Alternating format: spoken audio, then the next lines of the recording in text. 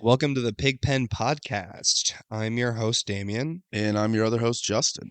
And real quick, before we do anything today, if I sound sick, it's because I'm sick. So Oh, yeah, me too. We're yeah, both sick. we're both deep in the trenches of illness. So if we sound sick, I'm sorry. But the only important thing is, can I still do the snake voice? Yeah, that is the most important thing. Honestly, you might be able to do it better. Well, actually, hold on. We'll get to that. Okay. I'll mention that again Okay, later. I'm ready. Actually, yeah. Okay. But yeah, today, on the exposition seat, Yes. what is that? The exposition seat is where one of us is in the seat and they are explaining a piece of media to the other one that person has never consumed. And we're continuing on with some Metal Gear. Yep, we've been doing Metal Gear for quite some time, and we got a little bit left to go. All right. Today we'll be covering part one of Metal Gear Solid 4: Guns of the Yes. Patriots. And we already know it's part one because Damien over here has written a script that is essentially nearly as long as what like the majority of the games we've already covered.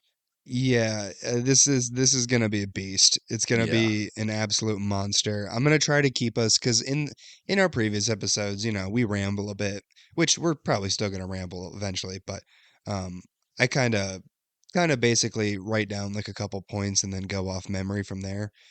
This time, I am trying to keep it a little bit more compact because of how much shit we got to talk about in this game. Yeah. But even with all of that being said, we're definitely probably going to have to do two parts. And not probably, we 100% are going to have to do two parts. Yeah, and Um, that way too, we're not gonna, throw out a 5 hour video while we're sounding like I don't yeah. know, Um, sick. Either way though. but in this first part, we're going to be covering um, the first half of the game ending with Act 3 out of five, 5/6 acts. Okay. So we're, Sounds we're going to get through good. most of the game in this one, but there will be a part two. So look forward to that, I guess. Um, Yeah, and also you can find us if you're listening on YouTube, we're also on Spotify. And if you're on Spotify, we're on YouTube and we're releasing an episode every Friday. Yes, we are. Every Friday until we die? Question mark? Absolutely. 100%. Even if we're sick and feel like death, we're Um, here. Honestly, I may pull a classic liquid and possess your body after I die so I can keep uploading videos No, I know. slash audios. I know. We have had a conversation about this. Yeah. No, it's in the works. Trust me. I already have a plastic surgeon on standby to graft. Absolutely. Is there anything else we need to say before we get into it? Well, since last episode was a prequel, do you want to kind of throw me a Yeah. little bit of a recap into this game? Because this continues on with the original story, right? Yeah, yeah. Okay.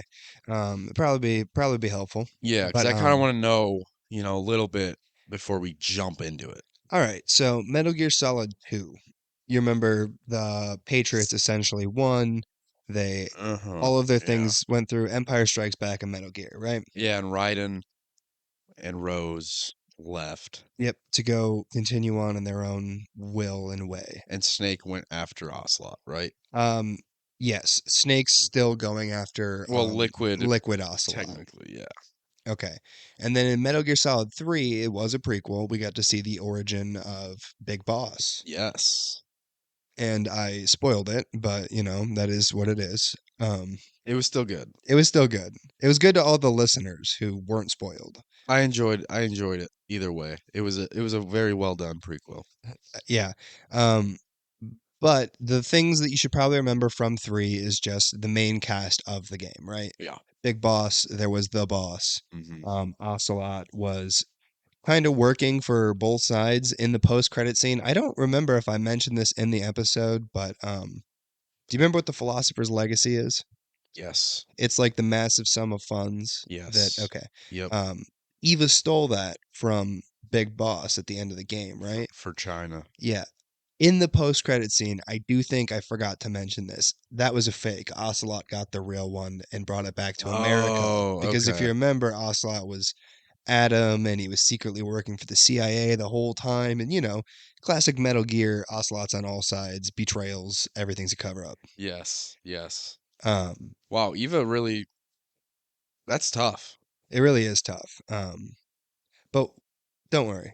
We'll get a lot in this game, dude. I'm telling you, everything you can think of, like, there's probably a payoff. Okay. Because I will mention this before we start the game, but if you remember back in MGS2, I said that Hideo Kojima wanted that to be his last Metal Gear. Do you remember me saying that? Yes.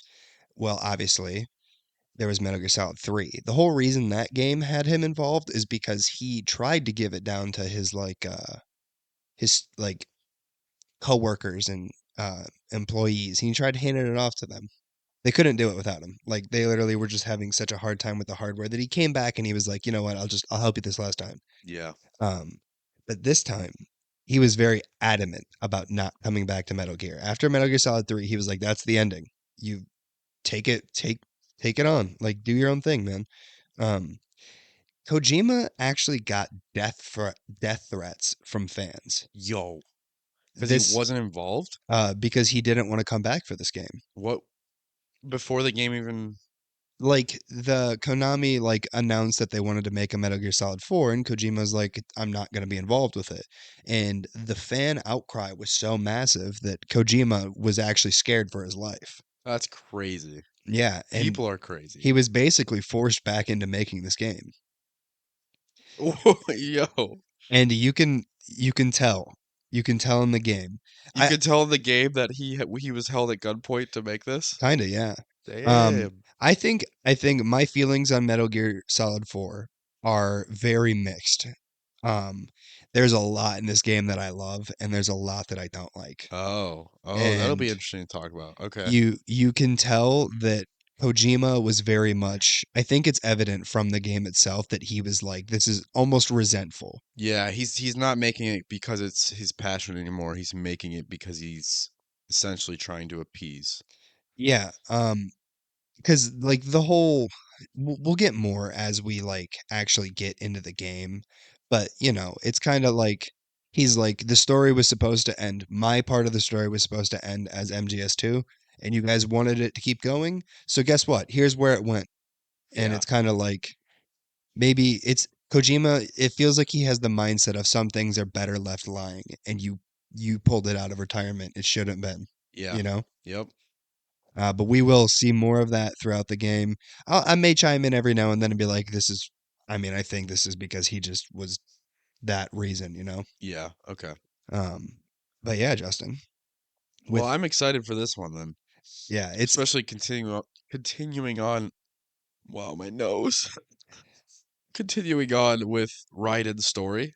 I love that man. yeah, Raiden's a pretty peak He character, was a good character. and if you remember in MGS2, I kept saying, "Just wait, he gets way cooler." Well, Yes. this is, Yes.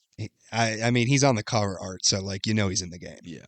He's got to be. Um, but yeah, dude. With all that being said, are you ready to hop into Metal Gear Solid fucking 4, I'm ready to brother? nosedive into this. All right, brother, let's get into it, dog. So the year is 2014. The game opens with a group of vehicles. They're driving and they all got like soldiers in the back of them and everything. Um, and the location so far that we know of, it's just somewhere in the Middle East. We're not entirely sure of exactly where, but there's a bunch of vehicles. They all got soldiers on them, and it's in the Middle East. That's what we know so far. Got it. We hear Snake's voice as we get one of the most iconic lines in gaming history. You ready for it? War has changed. It's absolute The Pikachu. voice is good. See, that's It held up. we'll get the sickness. It might play into this, so we'll see in a second. I'll Yeah. mention because I kind of said that earlier, War has changed. but he Snake continues on. He says, 1 second. What year was the last game? 2009 is where the end of MGS2 Got is, it. so it's Okay, been okay. 5 years since then. Got it. Okay. But Snake continues on. He says, "It's no longer about nations, ideologies, or ethnicity. It's an endless series of proxy battles fought by mercenaries and machine. War in its consumption of life has become a well-oiled machine. Wow. War has changed." Damn. Bro's got bars. He does. But basically, from this opening monologue given to us by Snake, um, we learn that soldiers now carry weapons that use ID tags, and the soldiers themselves are also ID tagged.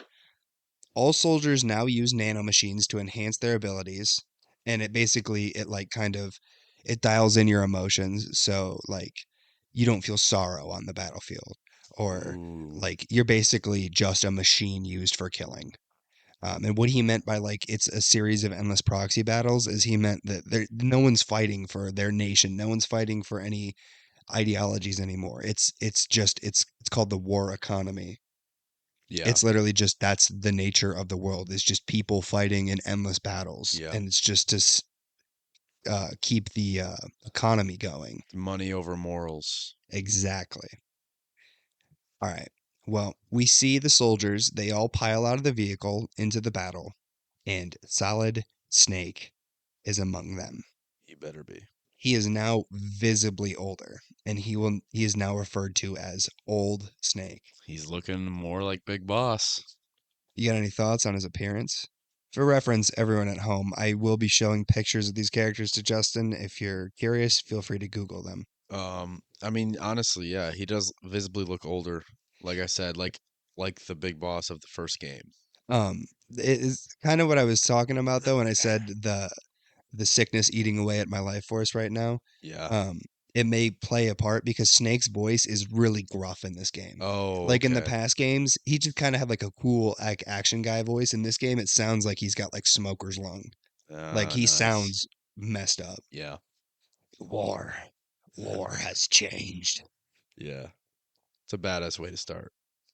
Anyways, Snake makes his way through the battlefield, and it's endless. There's just soldiers everywhere. They're all dying over and over again. As soon as a soldier dies, another soldier takes their place. It's just chaos. We then hear the sound of cicadas and cow moos as the geckos introduce themselves. Justin, what are we looking at here? It looks like how big is that? Um, a normal man comes up to like the calf point. Okay, so it's massive. Yeah, they're huge. I mean, it looks like a Metal Gear rendition. They're essentially mini Metal Gears. Do you Yeah. remember back in the MGS2 episode we did, and you were like, "Oh man, I bet eventually everyone's just gonna want Metal Gears for their own." Yeah.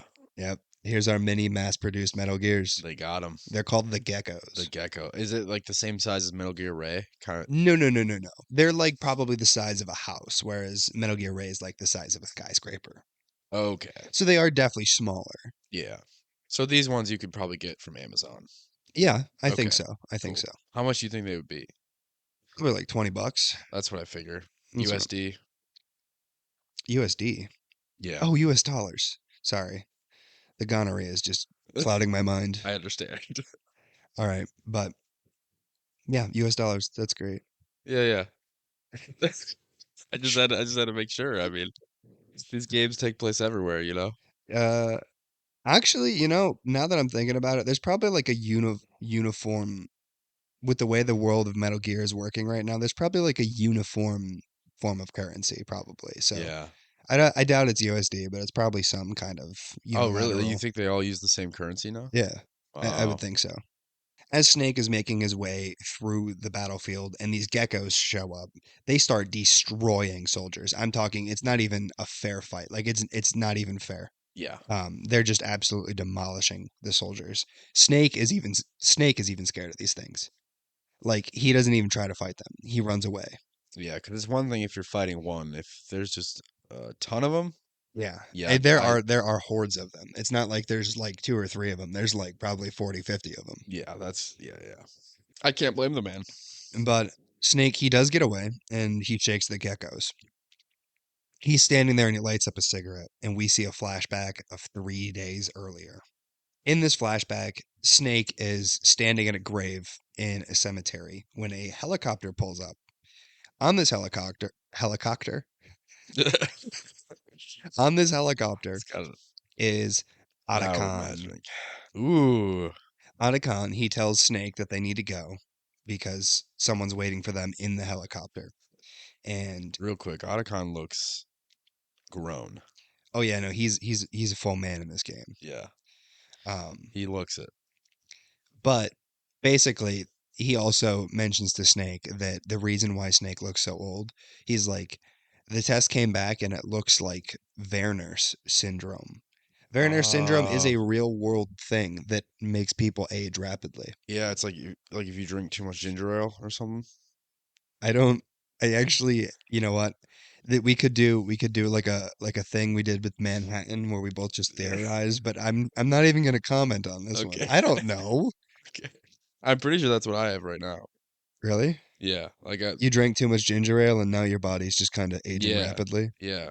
Because isn't like the symptoms so, Stuffy nose. yeah, right? Yeah, I think that's what it is. Yeah. Um, Poor Snake, me and him both. yeah, you guys are going through the same thing right now. Yeah. Um, but Fighting Snake, geckos. Snake kind of he just grunts, at Otacon is like, ugh, and Otacon's like, come on, let's go. They both get into the helicopter that Otacon showed up in, and we see Roy Campbell. He's sitting in the helicopter. Campbell mentions that he's not a colonel anymore, and he is actually working for an organization under the UN.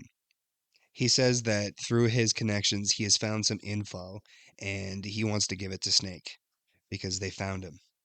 They found Liquid Snake and he's in the Ooh, Middle East. 5 years later. Yep. So it's been a search. Yeah. Are Snake and Otacon still doing their, Philanthropy. yeah, like weren't they? Oh yeah, that's what they're called. Are Yeah. they still doing that? Um, I don't think so. I mean, they're definitely still like mercenaries, kind of, They're but still the boys together. I don't think they're like officially recognized by the UN anymore. They are kind of like war criminals at this point. Oh, okay. I also forgot to mention, when Otacon tells Snake that it looks like Werner syndrome, he mentions the fact that how fast it's progressing. Snake has probably a little less than a year left to live. So okay, so this is like serious. Yes, no, it What is is. it? What is it? What are the symptoms again? Is it? It basically your body ages faster than and Oh, right. it's faster than it actually is. Like Snake in this That's game is crazy. probably in he's like his late 30s, early 40s. Like he's probably like 39 in this game, and yet he looks like a 70-year-old man. I wonder if that's, I mean, probably the genes, the gene therapy, or the fox die. 'Cause he still Uh, has it. I mean, you're right. He does still have it, and good thought process. Yeah, we'll see. But with that being said, Snake gets on the helicopter. Colonel tells him they know where Liquid is, and we start our first act. Act one, Liquid Sun. Gotta get him. Get the British bud. All right, sorry. No, you're good. You're good. Anytime Liquid's Britishness is brought up, I just Liquid Snake. Liquid snake. It plays through my mind on repeat. I Yeah. just can't shake the image of Marco Kane. A good British accent is soothing to the ears, but a bad British accent I think it's more soothing. is more soothing. Yes. Yeah. It's just so fun. But anyways, we start our act one. Snake and Otacon, they kind of go over the situation like via codec, talking about like the geckos, what they actually are. Basically, just tell you what I already told you. Mm-hmm. Otacon introduces us to the Metal Gear Mark II. It is a little tiny, like probably the size of your calf. Like it's not big. Okay. But it's basically like a mini Metal Gear that Otacon and Sunny built. We haven't seen Sunny yet, but Otacon says him and Sunny built it. It also has Octo camo, so it kind of just follows Snake all the way through the entire game. So if there's any point when I bring up the Metal Gear Mark II in the future, it was there. There's no plot holes. It's It's just just always there. camouflaged. It is always with Snake. And what does it do? Are you getting to that? It has it has like cables that it can use to like hack into stuff, and also it has like a little screen on its side that Otacon can use to talk to Snake. So So when you say it's a mini Metal Gear, you just mean it's a robot. yes, Otacon calls it a Metal Gear Mark II, but I usually just refer to it as the Mark II. I guess I guess Metal Gears are just that's probably just another way of saying robot now that I think about it. Because they are all decently unique. Oh man, this syphilis is really killing me today. Yeah, that's tough, man. We'll get through it though. We will. I'll go get the fox dye vaccine later Okay, on. good. Yeah. But yeah, after they kind of discuss everything, Otacon mentions that they're informants that the colonel set up for them to meet. They're called Rat Patrol, and they're up ahead. Otacon then gives Snake a gun that isn't ID locked, and Snake heads out. So I mentioned the ID locks earlier. Are you kind of catching what's going on with those? Yeah, it made sense when when you were saying it, like all the soldiers were ID locked with the emotions. How do the weapons work? So the weapons cannot be used by anyone that doesn't have the ID qualifications to use it. So the ID qualifications, is that just talking about like who you are or like Yeah, basically, we'll get there's a system that has been implemented across the world. We'll get a little bit more of that in a little bit, so I'm not going to say it yet. But essentially, you can't use a weapon unless you're part of this system okay. because they're all ID locked, and the system knows who everyone is because they're also ID'd. You know what Uh I mean? yeah. We'll get a little bit more of that when we meet another character a little on. So, Okay. um, So he's kind of like off the grid if he uses this weapon, essentially. yeah, Snake is off the grid. He is not part of this system. Yeah, I will yeah. just say that. Yeah, that makes sense. As Snake is continuing on, he comes across a little hairless monkey drinking a soda. And Snake is kind of stunned. He's just standing around looking at this monkey. Yeah. And out from behind the wall, next to this monkey, we are introduced to Drebin. Drebin. Drebin.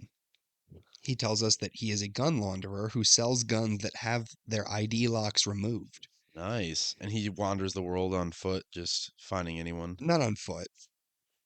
with his monkey. I mean, he does tell Snake that there is actually a network of Drebins across the world. This guy who is our Drebin for the game. I'm just gonna refer to him as Drebin. Is that But his? Oh, so that's not his name. That's no, just his he's occupation. Drebin 893. Oh, that's cool. He gives Snake a rifle, and Snake tries to use it. It doesn't work, and basically Drebin's just kind of showing off the fact that you can't use specific weapons. And then he gives Snake another weapon that has had its ID locks removed, and he's like, "Now try to use this." Snake tries to use it, and it doesn't work. And Drebin's like, "Huh, that's weird." Drebin suggests that maybe it's because Snake has an older generation of nanomachines. In him? Yes. Oh, And Nicole put Nicole. Who yes. the fuck is Nicole? Hey, that's not a person? No. Hold on, hold on. Who was the one girl that did the gene therapy? Naomi. Oh yeah, okay. Naomi. Naomi Campbell Naomi Hunter. Hunter. You said Naomi Campbell in the first I episode too, know. because Well, it's like an actress you said? yes, and that, but also because Roy Campbell. So I just made that connection. Naomi Hunter was And she the put nanos in him. yeah, she did. So that's yeah. But yeah, Naomi Hunter was the this like adopted sister of Frank Yeager, Yes. Who was Gray Fox. Fox? Yeah. Okay. We haven't seen Naomi since then. She wasn't in MGS2 at all. Yeah. But anyways, Drebin, he suggests that it's because Snake has older nanomachines, and without Snake like even taking a second to think, Drebin injects Snake with a new set of It's nanomachines. on site. I'm He punching that man's throat. I mean, I feel like you should, but he kind of like You're plops not it into Snake's injecting neck. me unless I'm giving consent, my friend. I mean, he does. I did That's not what he give does. consent, And my Snake's friend. like, "Oh, what did you do to me?" And he's like, "Try using it now." And Snake tries to use the gun, and it works. If a man and his monkey came up to me and injected me with something, I don't think I'm just gonna be like, "What is It's this?" it is in like a little syringe too. Like he Wow, takes the syringe and just kind of plops it into Snake's neck. wow. And Honestly though, Snake is a pretty trusting guy from all these games. he He's is. a very trusting I man. mean, the gun works now. So, So now he can use it on Drebin. I will say it did work. Like he can now use all of the guns that Drebin has without ID locks. Yeah, Yeah, but basically Drebin in this game acts as like your shop, like your store. Like you can access the Drebin shop I see. and buy guns from him. And that's kind of what this scene is setting up. Okay. It's setting up more too, but we'll get to that later. You know what would be interesting is if you could like, because I know a lot of the mechanics in the games are connected to certain characters. It'd be interesting if you could like, take out those characters and then you like lose that mechanic. I don't know. That's a thought. But like, if you just kill Drebin on the spot, and then you can no longer access the shop for the rest of the Oh, game. I see what you're saying. You Yeah. can't in this game, but I've played games like that. I think Elden Ring has a system like that. Well, Elden Ring actually has a way around it because of the bell bearings, but Oh yeah, because you can bring it back to life. yeah. Well, yeah, that too. Yeah, that is. But I don't know. No, I get it because there are games that have systems like that, and I think they're always cool when they implement them. Yeah, but now that I think about it, I guess the reason they wouldn't put that in is because someone could very well do that on accident, Yeah, and that would ruin the experience. I will say we need Drebin, so Yeah. you can't do that in this game. I But don't actually want to kill him. I got a little hostile. I I envisioned an injection coming towards me without my choice, and I really felt like I needed to put my guard up. yeah, And there's a hairless monkey. So, the hairless monkey also smokes cigarettes. and he smokes cigarettes. Yeah, So like he drinks soda too. there's smoke in the air. He's pretty awesome. What kind of soda? His name Is do you it want to? ginger ale? No, it's not ginger ale. Oh, He's not sick like us. okay. Do you want to know what the little monkey's name is? He has a name. Yes. His name is Lil Gray. Lil Gray? Lil Gray. Yo, that man better spit some bars. Bro, he's actually fire too. Dude, He smokes cigarettes and drinks soda. that's awesome. Yeah. All But right, all right. Snake continues on until he comes across a man in a barrel. Like there's a barrel, and Snake And walks there's a up to it, man. and there's a man inside this barrel. And we hear pooping noises. Okay, David, what are pooping noises? Like, You can stop. okay. That was good. But yeah, this man is shitting in this In a barrel. barrel. Yeah. Snake pulls the barrel off of him, and the soldier gets embarrassed and runs away. Yes. Snake did not have to do that to him. I mean, Did he run away with his pants down? yeah, and there's Aw. poop in his butt. Aw. I don't feel bad for him. I do. He specifically chose a barrel. That was a courteous move. We'll get more of him later, don't worry. Okay. Snake then, like, he doesn't follow the guy, but he just kind of keeps walking and eventually finds the guy in another location. Shitting? No, the guy is now, he tries to put Snake at gunpoint, but Snake just beats his ass and, like, CQCs him into the ground. He dogs the shit out of this man. And this man's, like, laying on the ground, and the rest of Rat, Dogs finally got all the shit out. not yet. He did not get all the shit out, Oh. but the rest of Rat Patrol shows up. This guy was with Rat Patrol, the informants that Snake's supposed to find. Do you remember? Oh, yeah. Did you No, forget yeah, I already? forgot. Okay, well, yeah, these are the informants that he was supposed to be finding. Okay. Um, the Oh, right. one In the Middle East, to find liquid, he has to go to the informants. I'm showing I you a remember. picture of Rat Patrol as a whole. Okay. Um, that's all four members. The two on the outside, they literally don't matter. Just forget they exist. But the one in the mask is Mr. Shitstain himself. Okay, nice. And who That's does probably the other one look Meryl. like? The other one looks like Meryl. Meryl, doesn't it? Well, we learned that I Meryl, was literally about to say, I've been wondering where this woman has been yeah, in my Meryl life. is actually the leader of Rat Patrol. Wow. She's moving up Yeah. without Snake. She then refers to Shitstain as Akiba Aki. and then tells us that his real name is Johnny Sasaki. Okay. So Akiba's like her nickname for him, but his real name is Johnny Sasaki, the guy who was shitting his pants. Yeah, yeah. Well, he was Um, shitting in the barrel. well, I mean, there's shit on his He pants. left his pants on in the barrel. I mean, he had them like around his knees. Okay. Okay. But I'll stop. I am going to refer to Johnny Sasaki as Shitstain for most of this entire game. Don't So worry. if I I will say know Shitstain, exactly who you're I'm talking about. talking about Johnny Sasaki. Got it. All right. Well, Shitstain shits his pants again. Okay. Immediately. He Okay. grabs his stomach and goes, "Ugh," and runs away Wow. as you can hear the poops coming out of him. Get this man. Get this man. I don't know. I don't know what he would need. What helps when you're uncontrollably shitting? Tums, right? Oh, that's heartburn. Oh, that would explain That's why. hilarious you said that because I was gonna say Tums and then I was like, wait, that's heartburn, Well, I mean, that would which is what we explain have why right now. I still feel sick I know. because I took like 20 Tums and it didn't Yeah. help. Well, I took 25 and I still have a stuffy nose. Really? Yeah. I don't know what's going on. Yeah, that would explain my heart attack earlier too. Yeah. Well, either way. All right, well, let's get back to Metal Gear, I guess.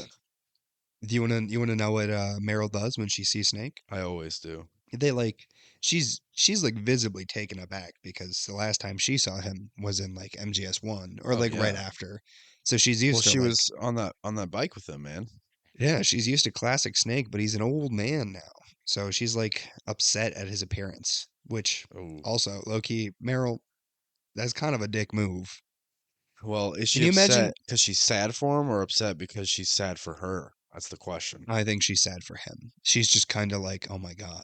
Like what happened?"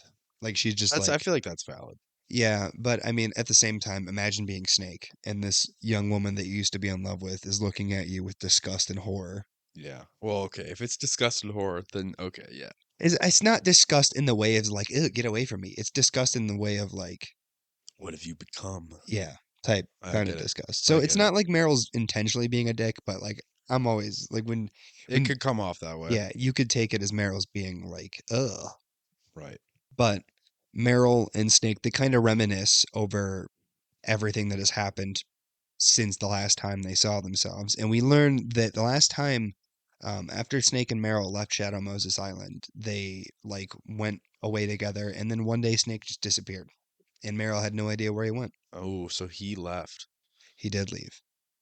Meryl then explains to us what the SOP system is.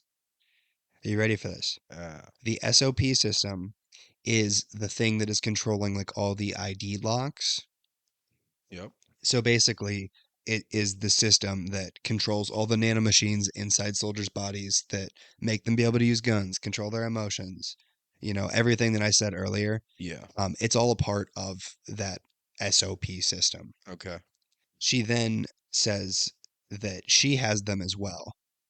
Like every soldier, pretty much 99% of soldiers have the nanomachines that SOP uses, Okay. which is why like most of them are able to use their guns. But the problem is that SOP can also lock you out of your guns and like Yeah. cut off your emotions They against have your will. ultimate control. Yeah, basically SOP controls the battlefield like Right. entirely. Right.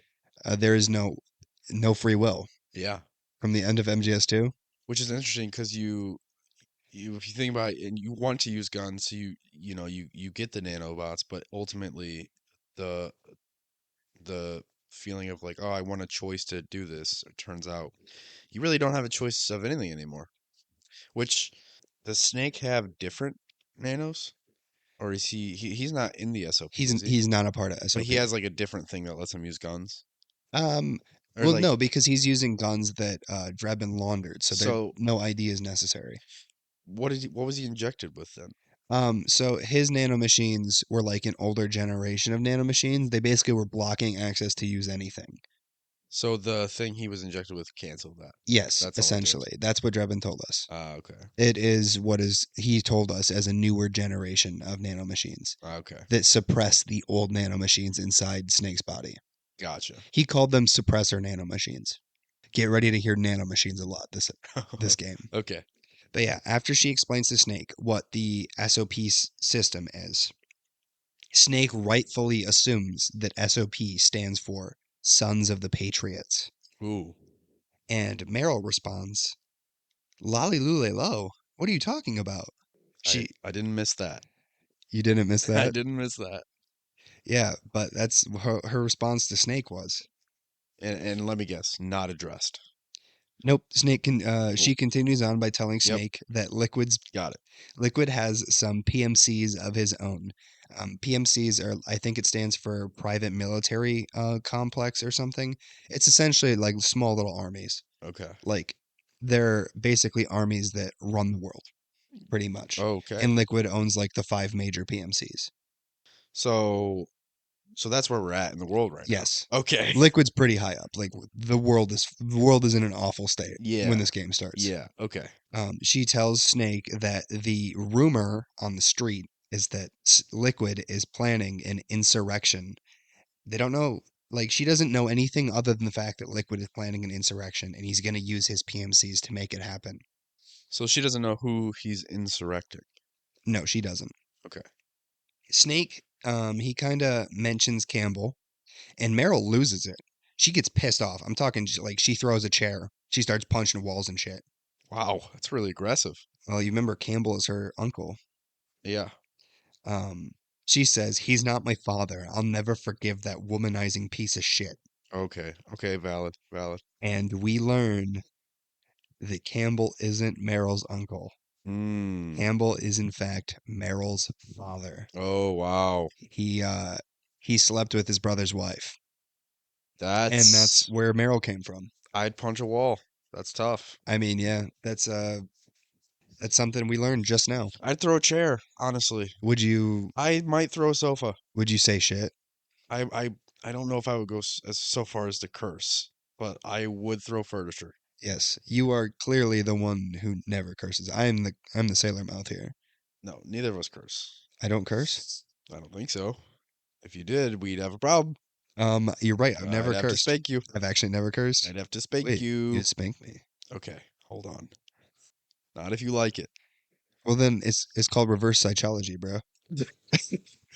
It's not even funny. It's not even funny.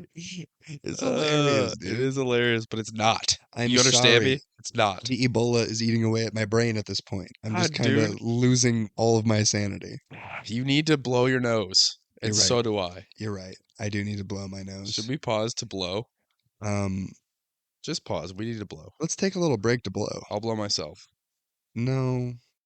All right, so we took a break to blow, and now we're back. Successfully blown. Wonderful. Um, so Meryl finds out that, or not Meryl finds out, but she tells Snake that she knows that Campbell is her actual father. Yeah. She then says that Campbell has remarried and he has a new wife that is the same, almost the same age as her, and Oh. his wife has a kid. So Oh. she's just absolutely disgusted with Campbell. Yeah. She hates Campbell at the start of this game. Okay. But while they're having this conversation, they are ambushed by a group of frogs. Now, you may think, Dame, frogs, what are you talking about? Frogs is the name of Liquid's like main unit. Like the frog unit it's essentially the soldiers you fight throughout the game. Okay. So when I say Why frog? I actually don't know. He's a They're just froggy guy. they're just the frogs. Yeah. So when I say the frogs show up, I'm talking about like It's the frogs. this Liquid's not Frogs. British anymore. Really? I'll explain that in a bit. I'm devastated. I'm devastated too. It actually is horrifying to They me. look pretty cool though. But yeah, so the frogs is the main unit Liquid uses. So for all future references, if I say frogs, it's just soldiers. Got it. But Snake and the Rat Patrol, aka Meryl and Shitstain, they work they work their way through all of the frogs and they clear them all out. Meryl starts gloating and she's like, "Yeah, Snake, it's been so long. Like, I'm glad we got to fight together again." And she's clearly looking for his approval. So it's not like Meryl is like hates Snake. She still looks up to him like a hero. Mm-hmm. And she then says, "Is your age of heroes finally over?" And Snake gives us such a good line. He says, "I'm no hero. Never was. Never will be." What a man. She sighs and says, "You never change, Snake." And then Snake heads out. That's facts. He doesn't Um, change. she doesn't go with him because she kind of explains throughout that whole conversation that she's not allowed to engage. She works for the UN, and they're basically the Rat Patrol is like a PMC inspection group. So they're not actually involved in the conflict. They're just like acting as inspectors. Cool. So she doesn't go with him. But Snake heads out and goes up to Liquid's camp, which she tells him is up ahead. Um, on his way, he comes across the Beauty and the Beast unit. Ooh. The Beauty and the Beast unit. They are a group of 4 members. They are Laughing Octopus, Crying Wolf, Screaming Mantis, and Raging Raven. Interesting. But this Beauty and Beast unit, they absolutely wipe out like 30 soldiers in like probably 10 seconds. Like they just fucking demolish them. It's actually the introduction of this unit is pretty scary. Okay. They look scary. Beauty and Beast is a pretty cool name. We'll learn a little bit more why they're actually, you know what? So like they're the bosses of this game. Like they're our main boss unit. Yeah. And basically after every time you beat them, Drebin calls you and tells you the backstory of the beast you just beat. Okay. Um, but I'm not.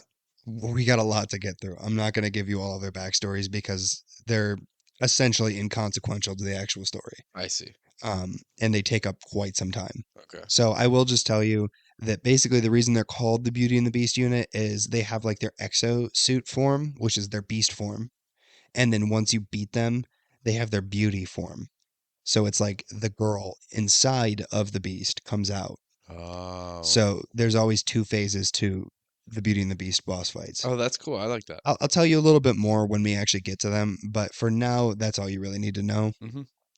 So Um, it's all women. yeah, they are. I guess I can tell you this now too, but they're all extremely mentally unstable women. I see. Like they're all riddled with PTSD.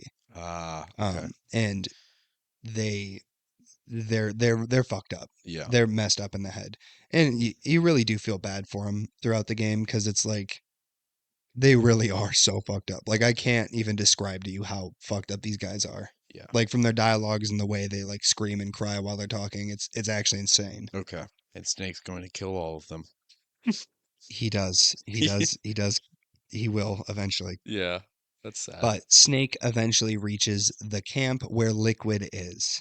And sure enough, he sees Liquid from the distance. There he is. I'm showing Justin a picture of Liquid. Yeah. In Ocelot's body. Liquid in Ocelot's body. He's got that Winter Soldier arm. Yeah, and he's a pretty toned old gentleman. He is. Yeah. He's very toned. Yeah, Liquid's actually, he's insane in this game. Yeah. But they do refer to him as Liquid because we kind of learn at this point Liquid is completely taken over.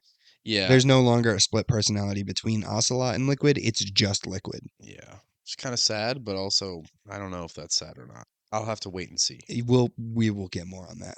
We see that Liquid is talking to a woman because he's like on a balcony and Snake's down below. Like there's soldiers patrolling, Snake's down below, and he looks up. Liquid's on this balcony talking to a woman. And then all of a sudden, all of the soldiers in this camp start breaking down. They're laughing, they're screaming, they're crying. They start shooting and attacking each other. Like they're all freaking out. Some of them are having seizures. Every soldier in this camp, all at once. Wow. And even Snake, he starts like getting like his vision starts going, his head starts getting really fuzzy. It's a bad scene. Mm-hmm. And he keeps trying to crawl forward to like get to Liquid because he sees him. He's like Liquid, and he's like trying to get closer, but he's starting to like falter. Okay. As we see this scene of chaos, we hear Liquid. He mentions that the results of this test are refreshing. And Snake tries to keep getting closer when he sees that the woman that Liquid has been talking to, because he's gotten closer by this point, is Naomi. Yeah.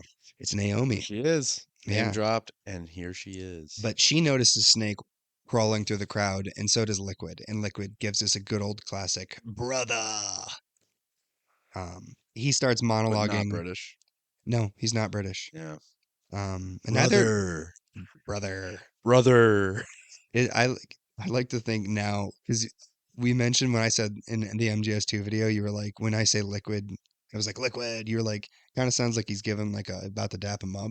Yeah. Now that liquid's not British, it's like, yo, what's up, brother? Yeah. What's up, brother? Brother, how you doing, dude? Yeah.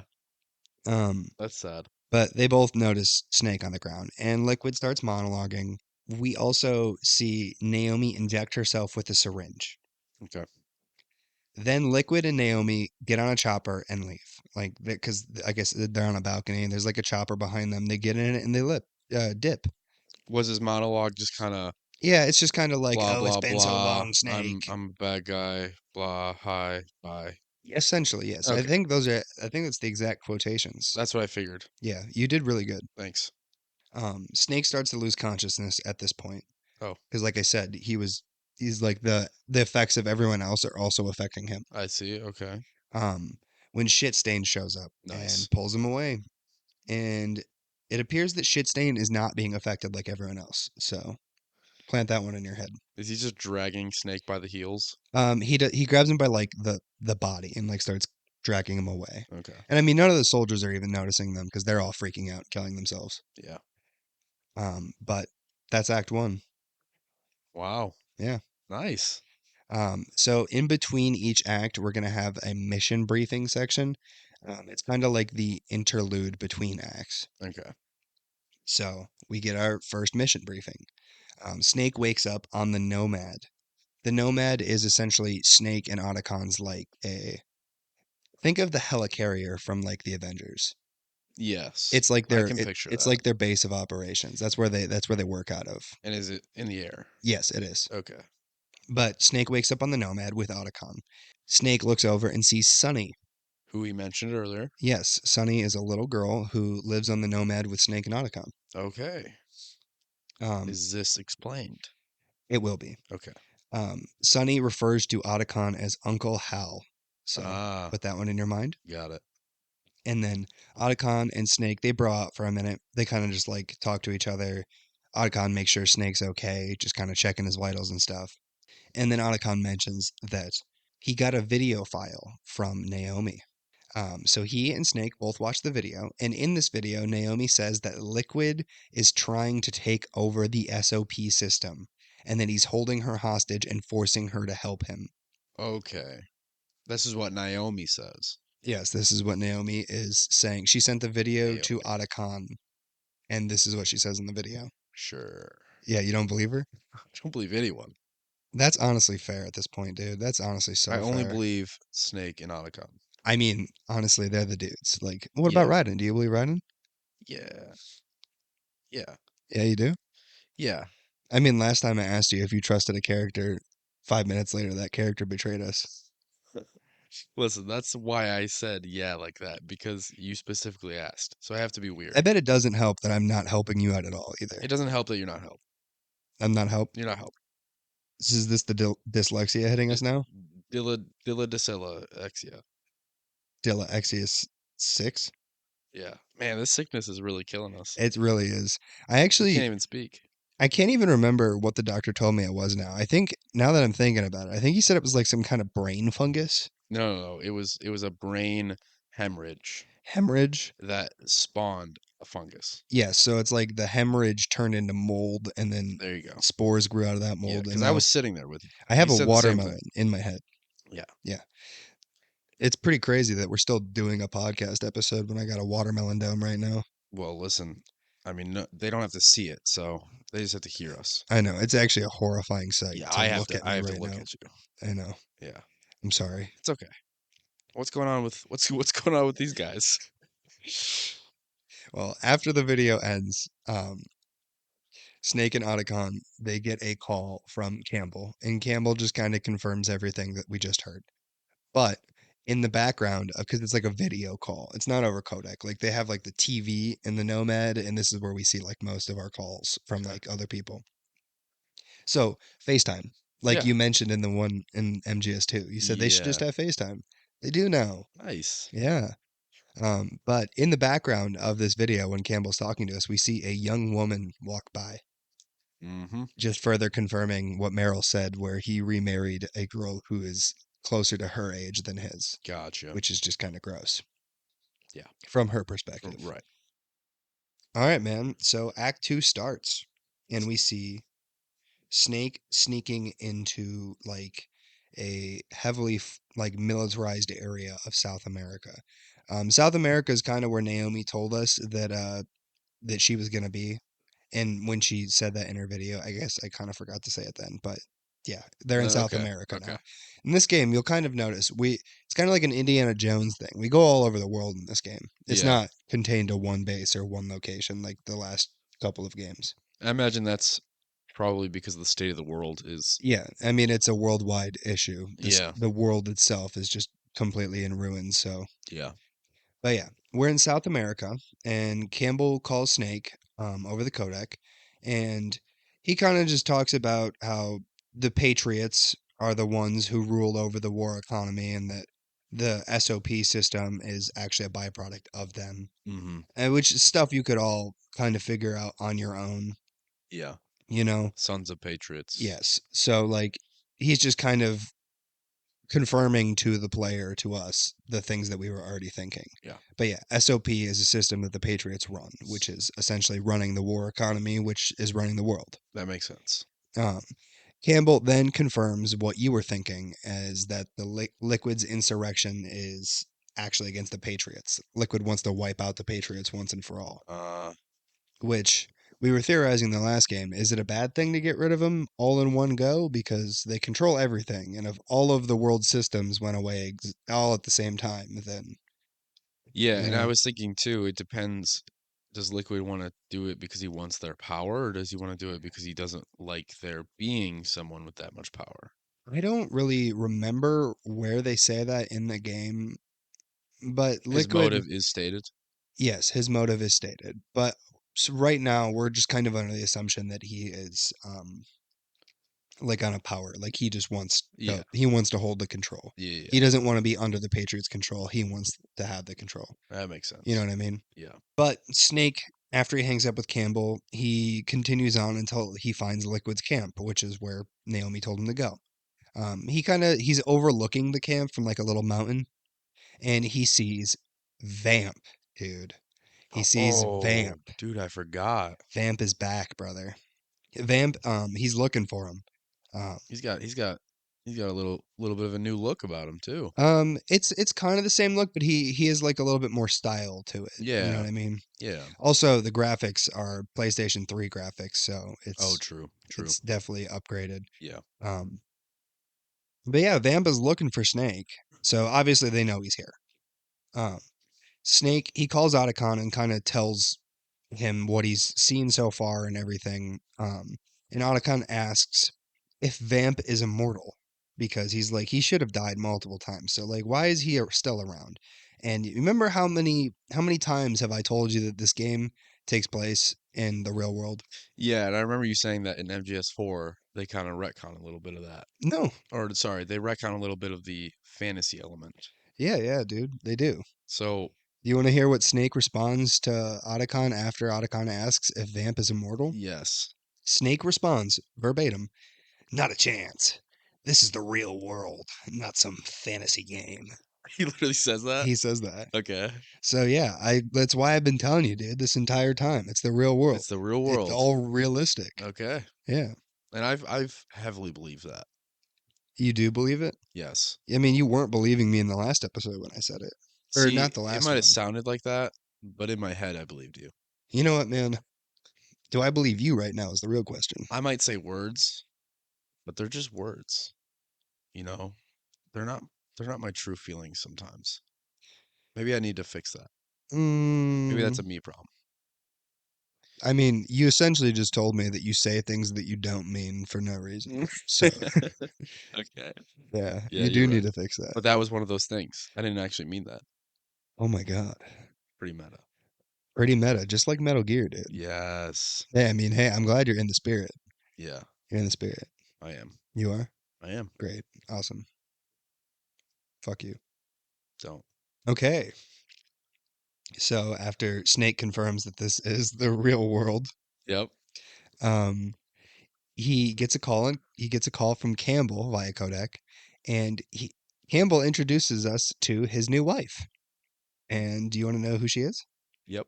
What if I said no? What would you do? I wouldn't tell you. It would be pretty detrimental to later on down the Yeah. line, but I wouldn't. I'd honor your wishes. All right. Who is she? It's Rosemary, dude. Rosemary, the It's Rosemary. Rosemary, It's Rose. The the Rosemary. The Rosemary, Rose of Marys. Ryden's Rose. Ryden's Rose. Yes. Yes. I don't know how to feel about that. Good because it's gross. And Um, again, Rose just rubbed me the wrong way, anyways. Rose is Well, Campbell's new wife. Snake asks Campbell, he's like, "What happened to Ryden and why is Rose with you?" mm, And Campbell tells Snake that Ryden rescued Sunny from the Patriots and then vanished after that. You remember Sunny? The little girl that's living I with remember. Snake and Otacon? Yeah. Well, Ryden rescued her from the Patriots. And if you remember in MGS2, Olga Gerlukovich's child was taken by the Yes. Patriots. Yes. So it looks like Raiden fulfilled that part of his mission. He saved Sunny from the Oh, that's Patriots awesome. and gave her to Otacon and Snake, where they've been kind of adopted fathers to her. Oh, that's cool. And then she did, and then Ryden dipped. Yeah, and then Some, Raiden hasn't been seen since. and then Rose decided, well, you know what? Maybe she loves Campbell. I mean, All right, so far in the game, we all we know can't. is that after Raiden disappears, Campbell and Rose got married. They Snake even immediately got married. Snake is disgusted by this. Like he even expresses his disgust. Yeah. He's like, Campbell, that's fucking weird, dude. Yeah. And Campbell hangs up the phone on him. He's He like, hangs up. He's like, I don't want to deal with this. yeah, he's like, oh, stop judging me. She's my wife, I mean, my essentially, queen. he hits us with a she's my wolf, she's my queen, I love her. but not queen, Yeah. Yeah, not her. not queen. Poor vamp. Queen? Cursed to live forever, but I not mean, live truly. yeah. So I mean, you remember Fortune was cursed to live, and then we found out that it wasn't true. But Vamp actually is cursed to live, Yes, but it's the real world.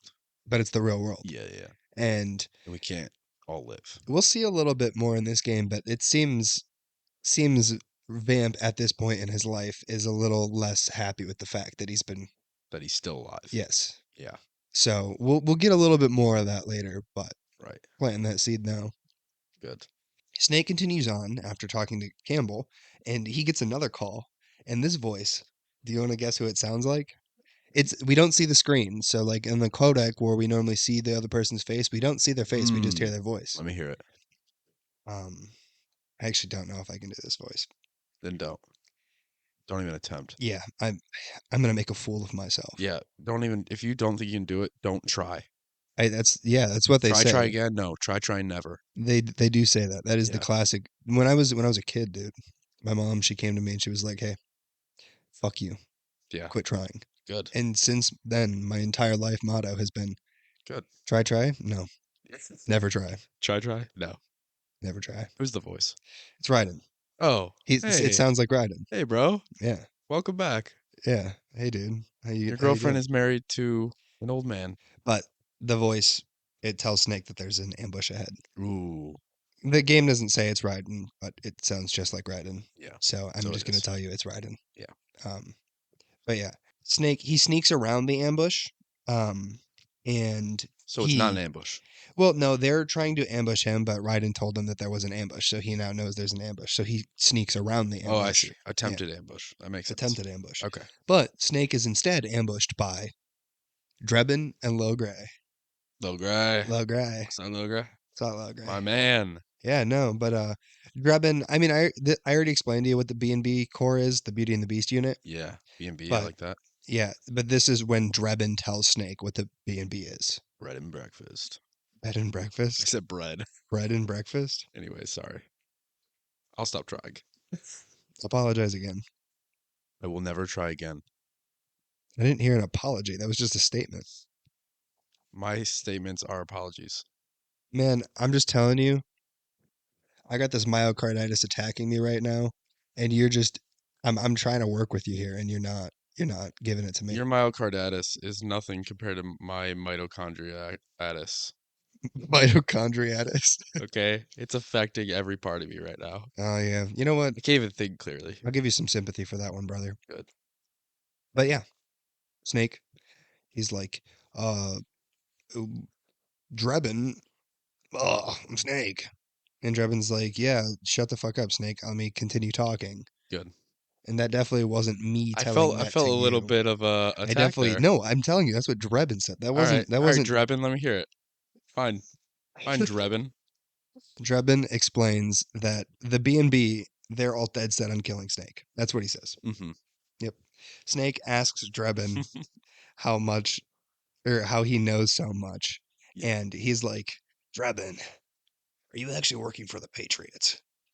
And Drebin responds, I ain't no lolly lule.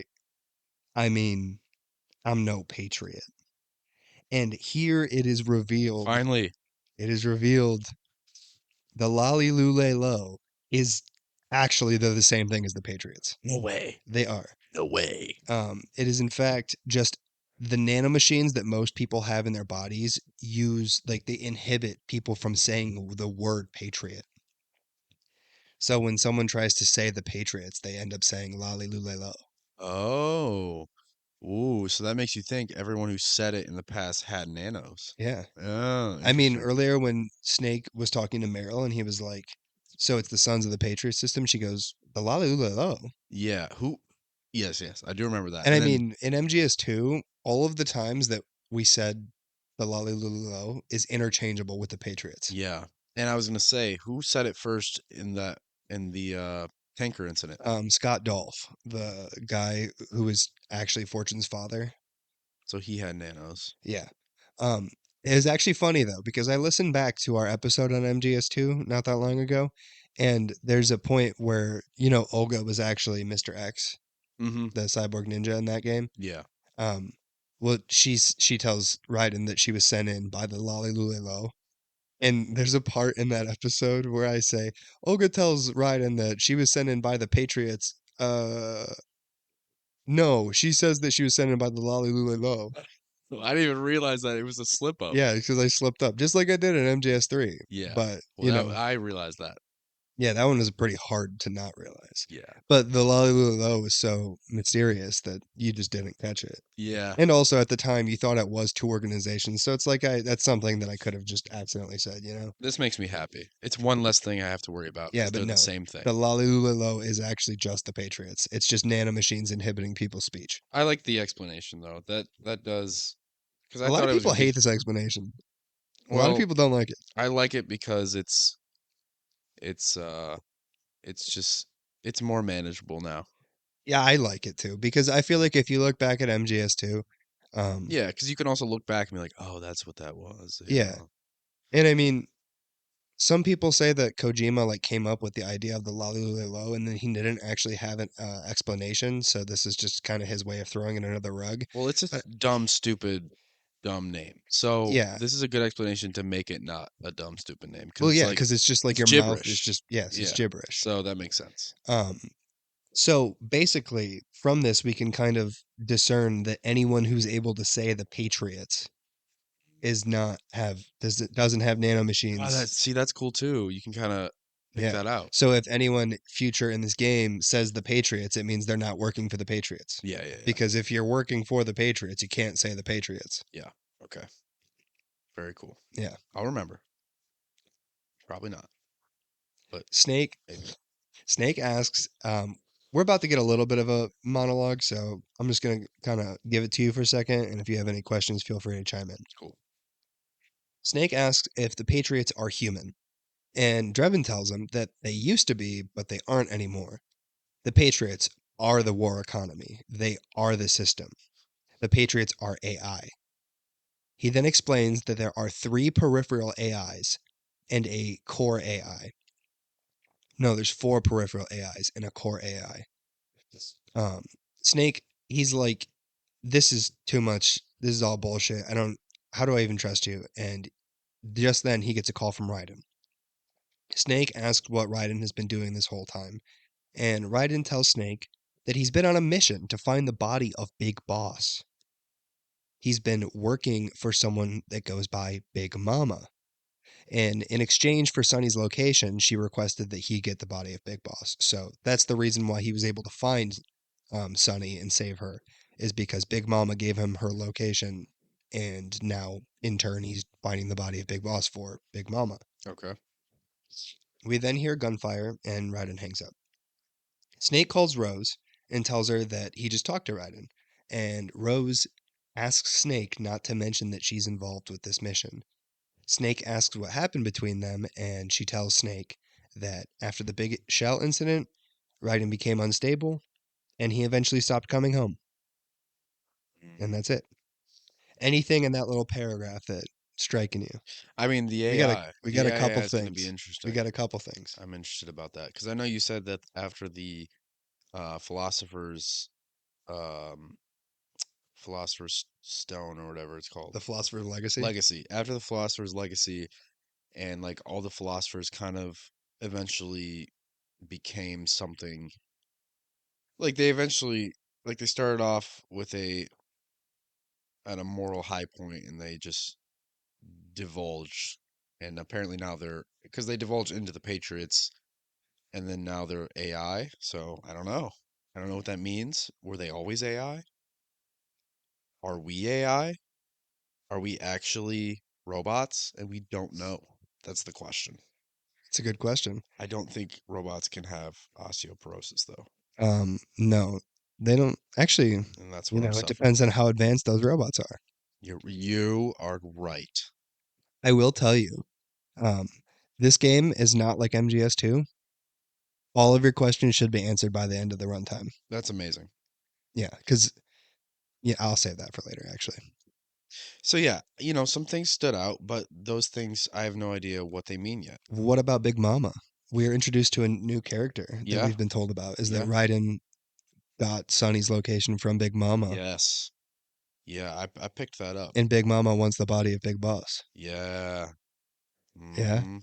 you Mm-hmm. have any theories, I do. or is the osteoporosis getting to your brain too, No, it's only getting to my toes. to your toes? Yeah. Okay, But no, no. I have some thoughts, but they might be terrible, horrible thoughts. So I'm gonna keep them to myself for now. that's fine because I don't want you to embarrass yourself in front of all of the millions of people that love and adore Yeah, and us. then I'd have to embarrass you at the same time, so And I just want all of the millions of people that love and adore us to know that I love and adore you back. good. Not Justin. He That's hates you. kind. No, He I, hates you. I only hate myself. He hates all of you. He told me off screen. Listen, there is no screen. You're right. This is all audio based. Are we gonna have to wash our mics? I just thought about that. Are we gonna have to wash our mics? Yeah, we're getting all our germs on our mics. We're gonna Um, have to like soap them down. Is that a thing? I mean, I'm not putting my mic in my mouth. I mean, I could. It's Yeah, like you didn't have to do that. You're right. I You didn't. just salivated on your mic. Um, So what's going on in MGS? All right. all right. Snake continues into Liquid's base and he finds Naomi. Naomi is there. We see her inject herself with a syringe and then she approaches Snake. She keeps doing that. Yeah, she does keep doing that. Okay. Snake asks her what happened to all the soldiers back in the Middle East. Like, why did they all freak out and just start breaking down and shit? She explains that the goal of that test was to release those soldiers from the nanomachines that the SOP system uses. Ooh. So basically, if you remember the SOP system, it like keeps all the soldiers' emotions under control in Mm-hmm. battle. So basically, that test that they were doing basically freed, like it turned off the SOP's control of those soldiers. That's why they had all the emotions kind Yeah, of releasing all of their simultaneously. emotions simultaneously all at once, and Okay. they started freaking out, killing each other, and all that shit, basically Okay. causing them to go crazy. She says that the problem, though, is that they didn't realize that the SOP system also controlled the soldiers' emotions. So that's why, they're trying to, it was a test to see if they could release the soldiers from the SOP. Yeah. So it was a failed test. Yeah. But nonetheless, the results were taken in. Naomi, um, after she tells Snake that, she asks Snake to examine his body because he's never been under the system's control. And she wants to see, like, how does that affect a person's body? Because from her perspective, most people are under the system's control. Everyone she talks to is under the system's control. You know, but she basically tells Snake, "You've never been under the system's control, and it was still affecting you back in the Middle East. So I want to know why." Oh, real quick. Who gave him Fox Die? Naomi, back in MGS1, Yeah. Naomi's the one who Isn't that implanted Fox dye like in him. not good? Yeah, from what we knew in MGS1 is that Fox dye was a virus designed to kill specific people. Yeah, it will kill him. It will eventually kill him, Wait, but so we don't know why why. is he what's going on with Naomi now? Like is he just cool with that? He's kind of taking everything in as like the player is taking everything in. I wouldn't say he's cool with it. He's very much on the side of caution when it comes to Naomi. They're not like buddies. They're not like hanging out or Right, anything. because she like ruined his life. Yes, but she is a useful tool because she does know a lot of I see. information. You know what I mean? I see. And she is very important because she's literally working directly with Liquid. Okay. Apparently, from her, what she said under his, like, he's forcing her to. Yeah. But she does know a lot of info, and Snake is like, I don't Hmm. know as much as she does. I could use her. Okay. So Okay. we are going to not work with Naomi, but we're going to have Naomi will be a part of the story, you know? Yeah. I got my eyes on her. I don't blame you. Hmm. Naomi's a spot of contention for me.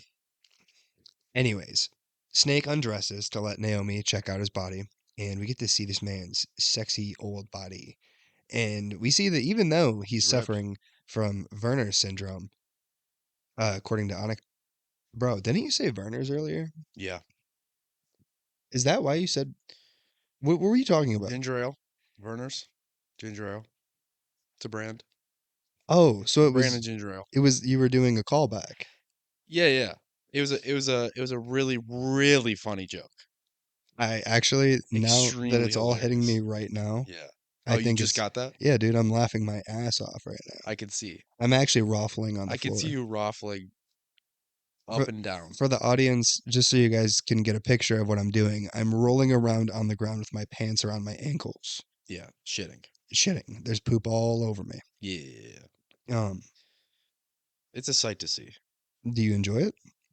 I mean, I'm looking away right now, but it's a sight to see if I were to look. Why aren't you looking?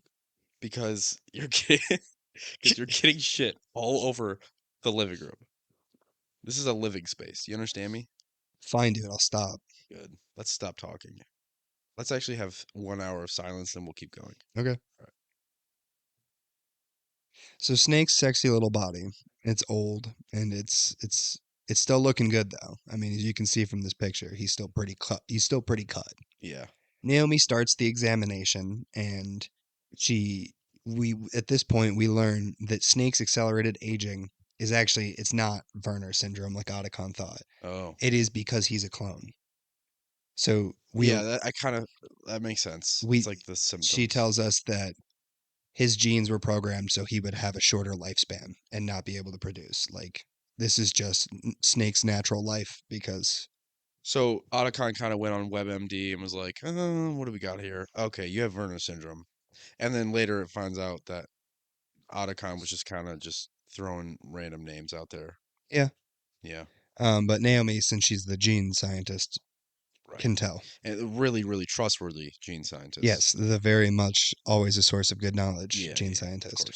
course. But this is one of those things that when I was talking about like Kojima, you can kind of feel resentment in this game. Is it's almost like Kojima was like, you should have let the series end because our main character is an old man. Yeah. It's like his time has passed. He shouldn't be out doing this anymore. And you pulled him back in. And also the world is very apocalyptic. Yep.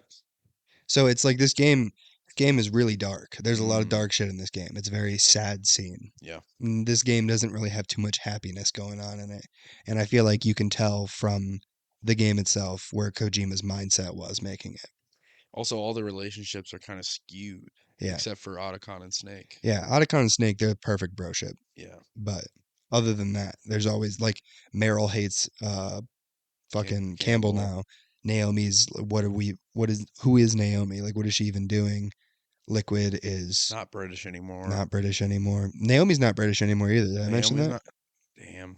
You want to know why? I mean, It does. was It's it not. because all the death threats were from England? No, actually, you know what? Maybe that's a great canonical. I'm headcanoning that. Okay. Why though? But so when they made in the MGS1 video, we did. I told you Yeah, I about was there. the Twin Snakes game, which was a remake of MGS1. Oh yeah. They redid the voice acting for all that game, and the voice actors did not use British or they did not use accents for Naomi or Mei Ling's characters. They Okay. used American accents. And in this game, they kept that same motto. That's the reason why. Just cause like that game did it?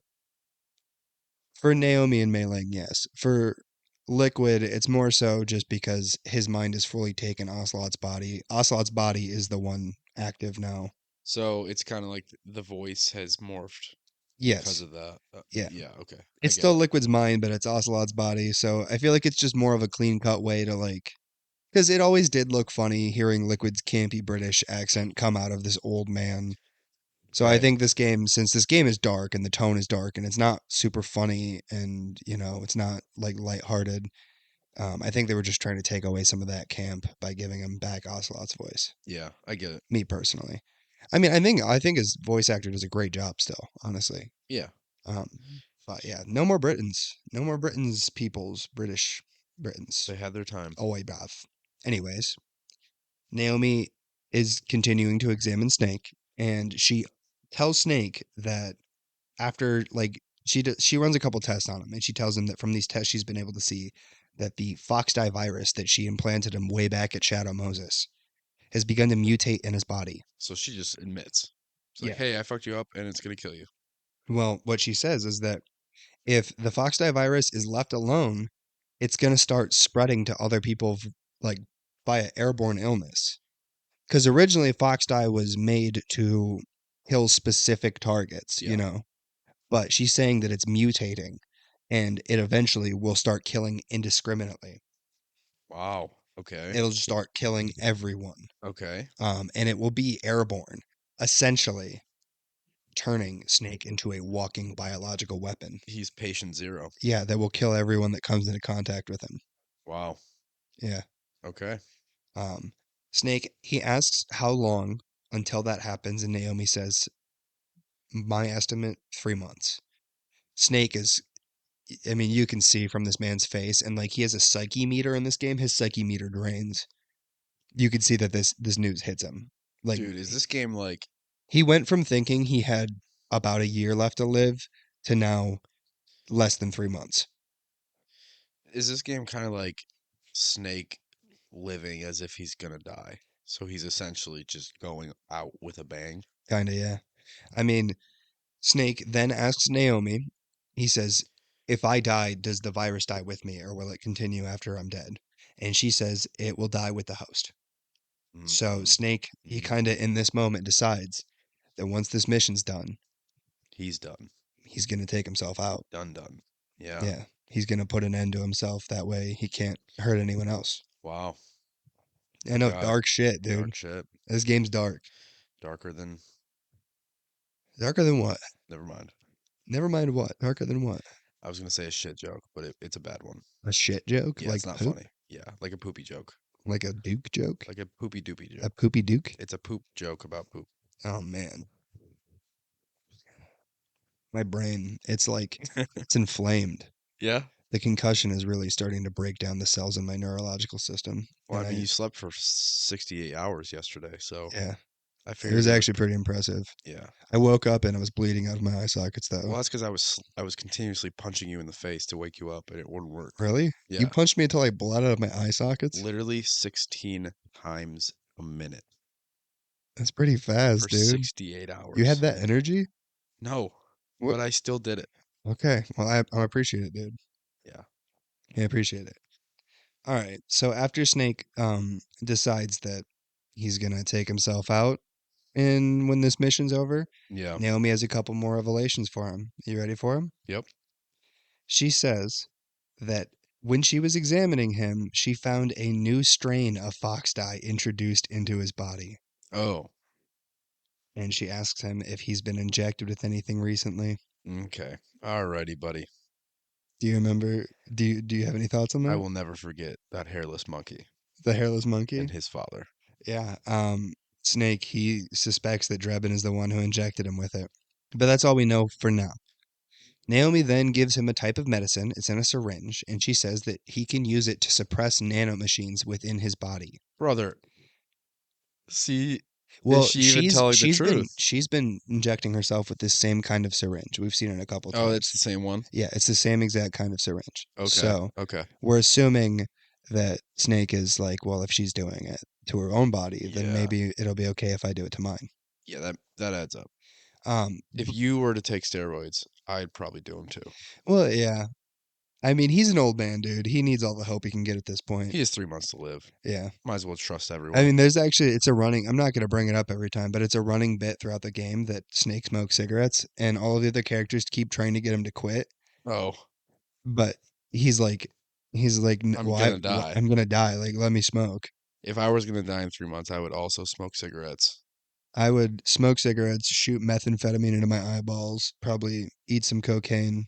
I think I'd finally put alcohol inside of my.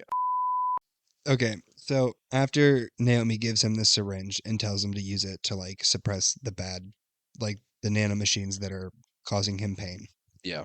she then tells us that Liquid, his plan is to hijack the SOP system and use the soldiers of the world to launch an insurrection against the Patriots. We knew that. But what we now know is that she tells us Liquid is calling his plan Guns of the Patriots. Ooh. Because SOP's Sons of the Patriots. GOP. Yep. Um, Yeah. and as soon as she says that, all of a sudden, dude, a flashbang flies through the window, and it disorients Snake, and a bunch of frogs rush in, and they nab Naomi. Yep. What? You think something's funny about the It's frogs? just a funny visual.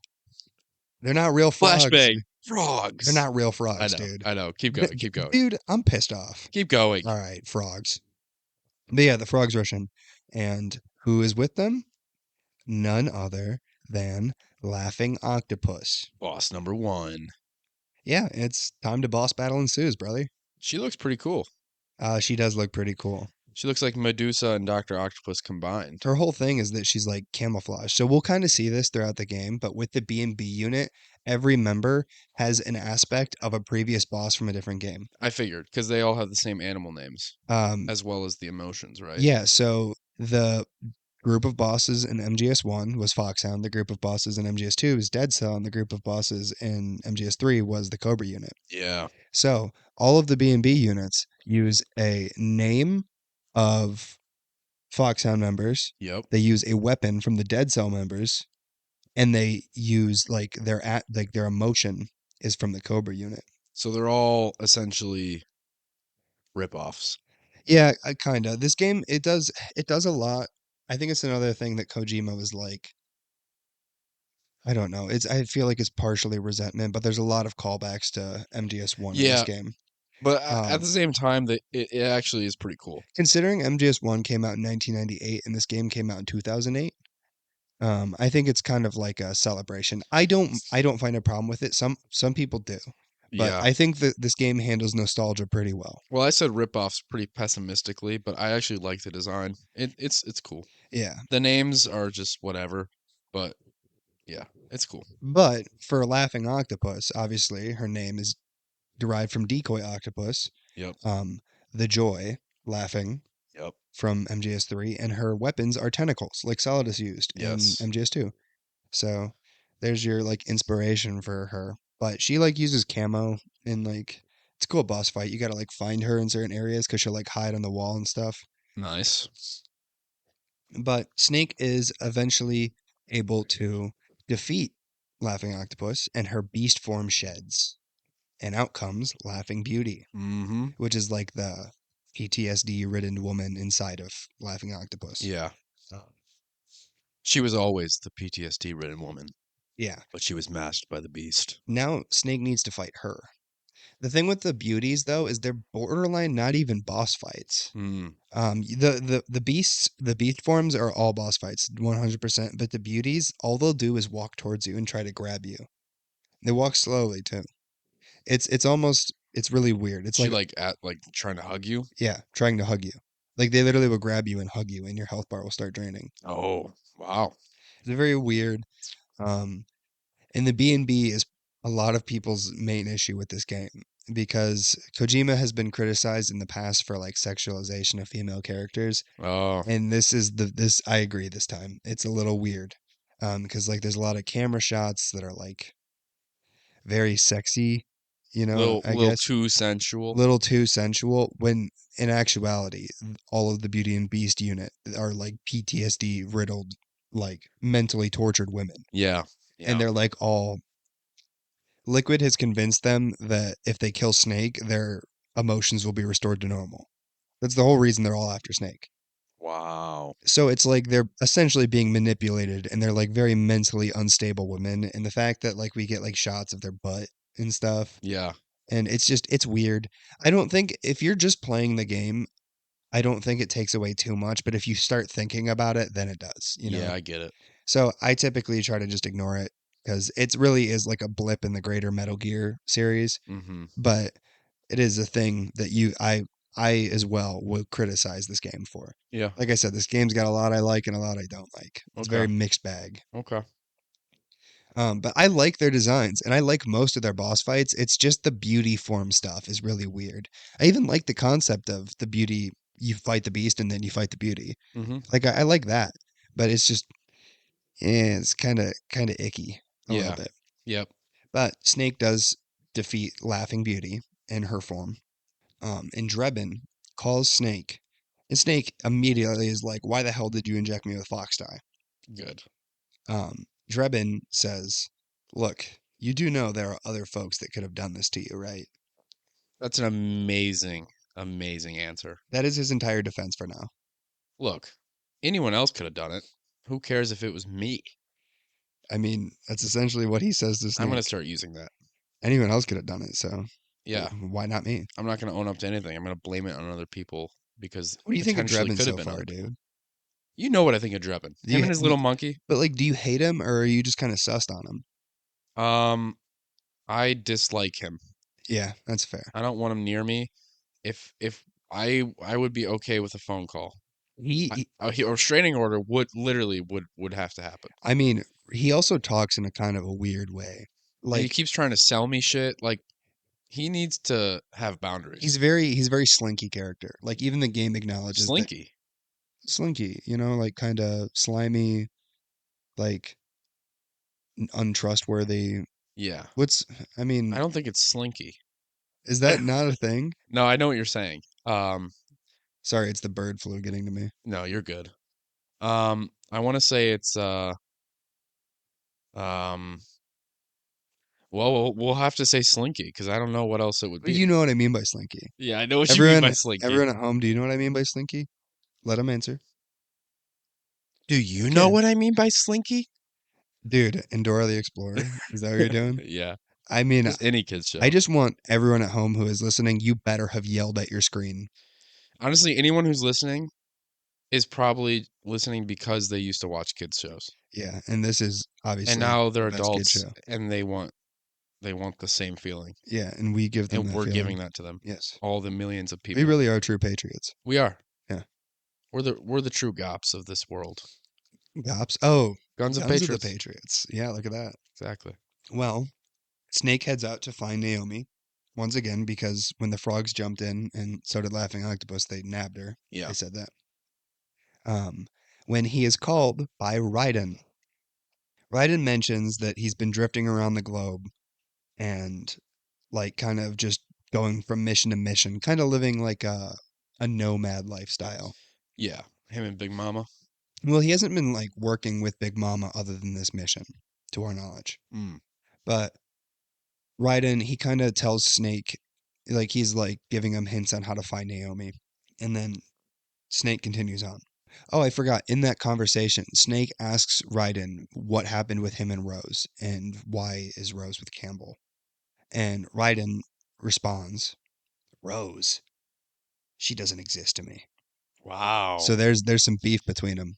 Snake disowned her in his mind. No, Raiden. Oh, that was Raiden speaking? Yeah.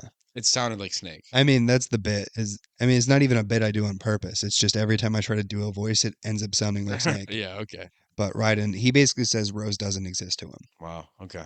So he's not a fan of Rose anymore, which is what you were hoping at the end of the last game. Because you Yeah, were like because sussed out by Rose, and you're yeah. like, why is he trusting her again? Yeah, because like her character wasn't even her character the whole time. So Yeah. But Snake continues on, and he does find Naomi again. The problem is that Naomi is with Vamp, and Vamp is leading her into a helicopter. Snake doesn't take any time. Bro pulls out a sniper and does a grade A headshot right to the dome on Vamp. nice, Um, and it does nothing. well, no, it does. Vamp, he like stumbles back and he goes, I'm gonna take a nap. And then he falls over. Aw, Yeah, he's because a I mean, funny guy. every single time that Vamp has like taken a severe amount of damage, he's like fallen over for a little bit. Right. Even from the last time we saw him. Yeah. The soldiers that were with Vamp, though, they all start freaking out just like back in the Middle East. And the helicopter starts taking off. Naomi's still in this helicopter. Vamp is laying on the ground. All of the soldiers down below are like freaking out, and Snake is standing there, kind of trying to figure out what to do. When a bunch of geckos show up, the nanomachines that are like fucking with everyone are also fucking with Snake, right? Yeah, like last time. Yeah, so he starts falling over himself, um, kind of like he did in the Middle East. And Naomi yells out from the helicopter that he needs to use the syringe that Mm, she gave him. He does, and he starts feeling better. It kind of takes away okay. the effect. Okay. So he gets up, but the problem is that he is still outmatched by all the geckos because there's like 5 geckos at this point. Mm-hmm. Um, Well, yeah, and it's just him, right? yeah, no, it's just Snake. Yeah. The Mark II is there, but the Mark II is always there, and the Mark II can't do anything. Right. It's like R2D2. Yeah, essentially, it is pretty much like R2D2. Yeah. Snake, he's like looking around, doesn't know what to do when Drebin shows up. Drebin is in the Drebin mobile though. It doesn't actually The have a name. Dragonmobile? I call it the Drebin mobile, but it doesn't actually have a name. It's just like his own personal tank. Okay. He pulls up in this tank, um, and basically is like, Snake, get in. And then he like fly or not flies. He drives over to right underneath the helicopter, and they basically coax Naomi down. Naomi jumps out of the helicopter into the Drebmobile with Snake. Snake is surrounded by snakes. Okay. He's Yeah, got Drebin and Naomi. yeah, and you trust neither of them. Neither. Where's Otacon when you need him? Well, he's with the. He's like his face is on the Mark II screen, and you can hear him in the codec. I want to see his physical face. We will. We see him more than just at the beginning. He is Good. around in this game. Good. Snake, Naomi, and Drebin, they start driving through the geckos and trying to get away. Vamp wakes up because he's a A vampire. vampire. Yeah. He wakes up and he watches as they get away. They keep driving until they get to like a little town, where one of the geckos hits the Drebin mobile and it is flipped over. Car crash ensues. Snake, Drebin, Lil Gray, Naomi, and the Mark II all get thrown out of this Drebin mobile, and they're Yeah. all just kind of stunned when they're trying to like get their bearings straight. There's more geckos showing up. This is bad. And from the distance, guess what they see? Who? Why? What? There's a man in a trench coat standing on top of the building next to them. Solidus? It's not Solidus. That looks like George Washington. It's not George Washington. Who is it? It's motherfucking Raiden. Oh. From the back, it didn't look like anything. I mean, he was wearing a trench coat. Like, it is hard to tell, but He it's looks Raiden. sick. Yeah, he looks insane, doesn't he? That's a pretty cool mask.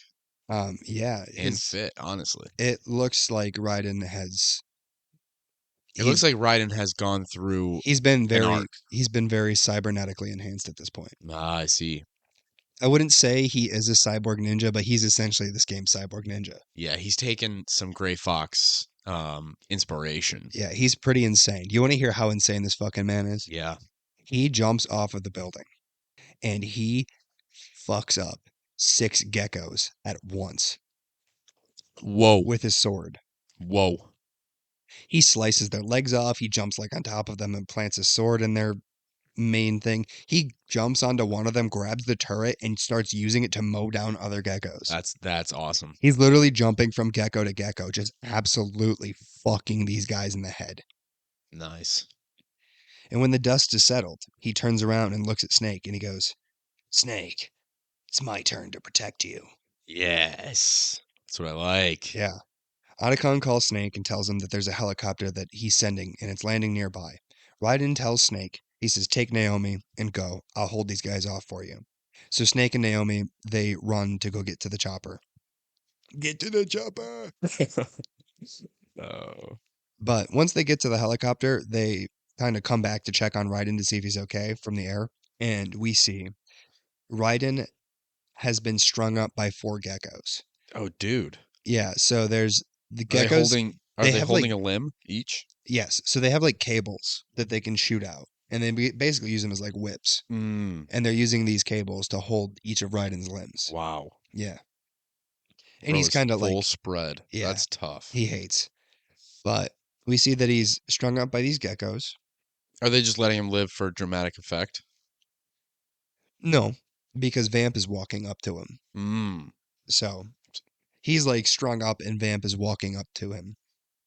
Vamp and him kind of have a little conversation between themselves, and Vamp pulls out his knife and starts just kind of slowly implanting it into Raiden's chest Nah. and just pulling it out and putting it back in. Owie.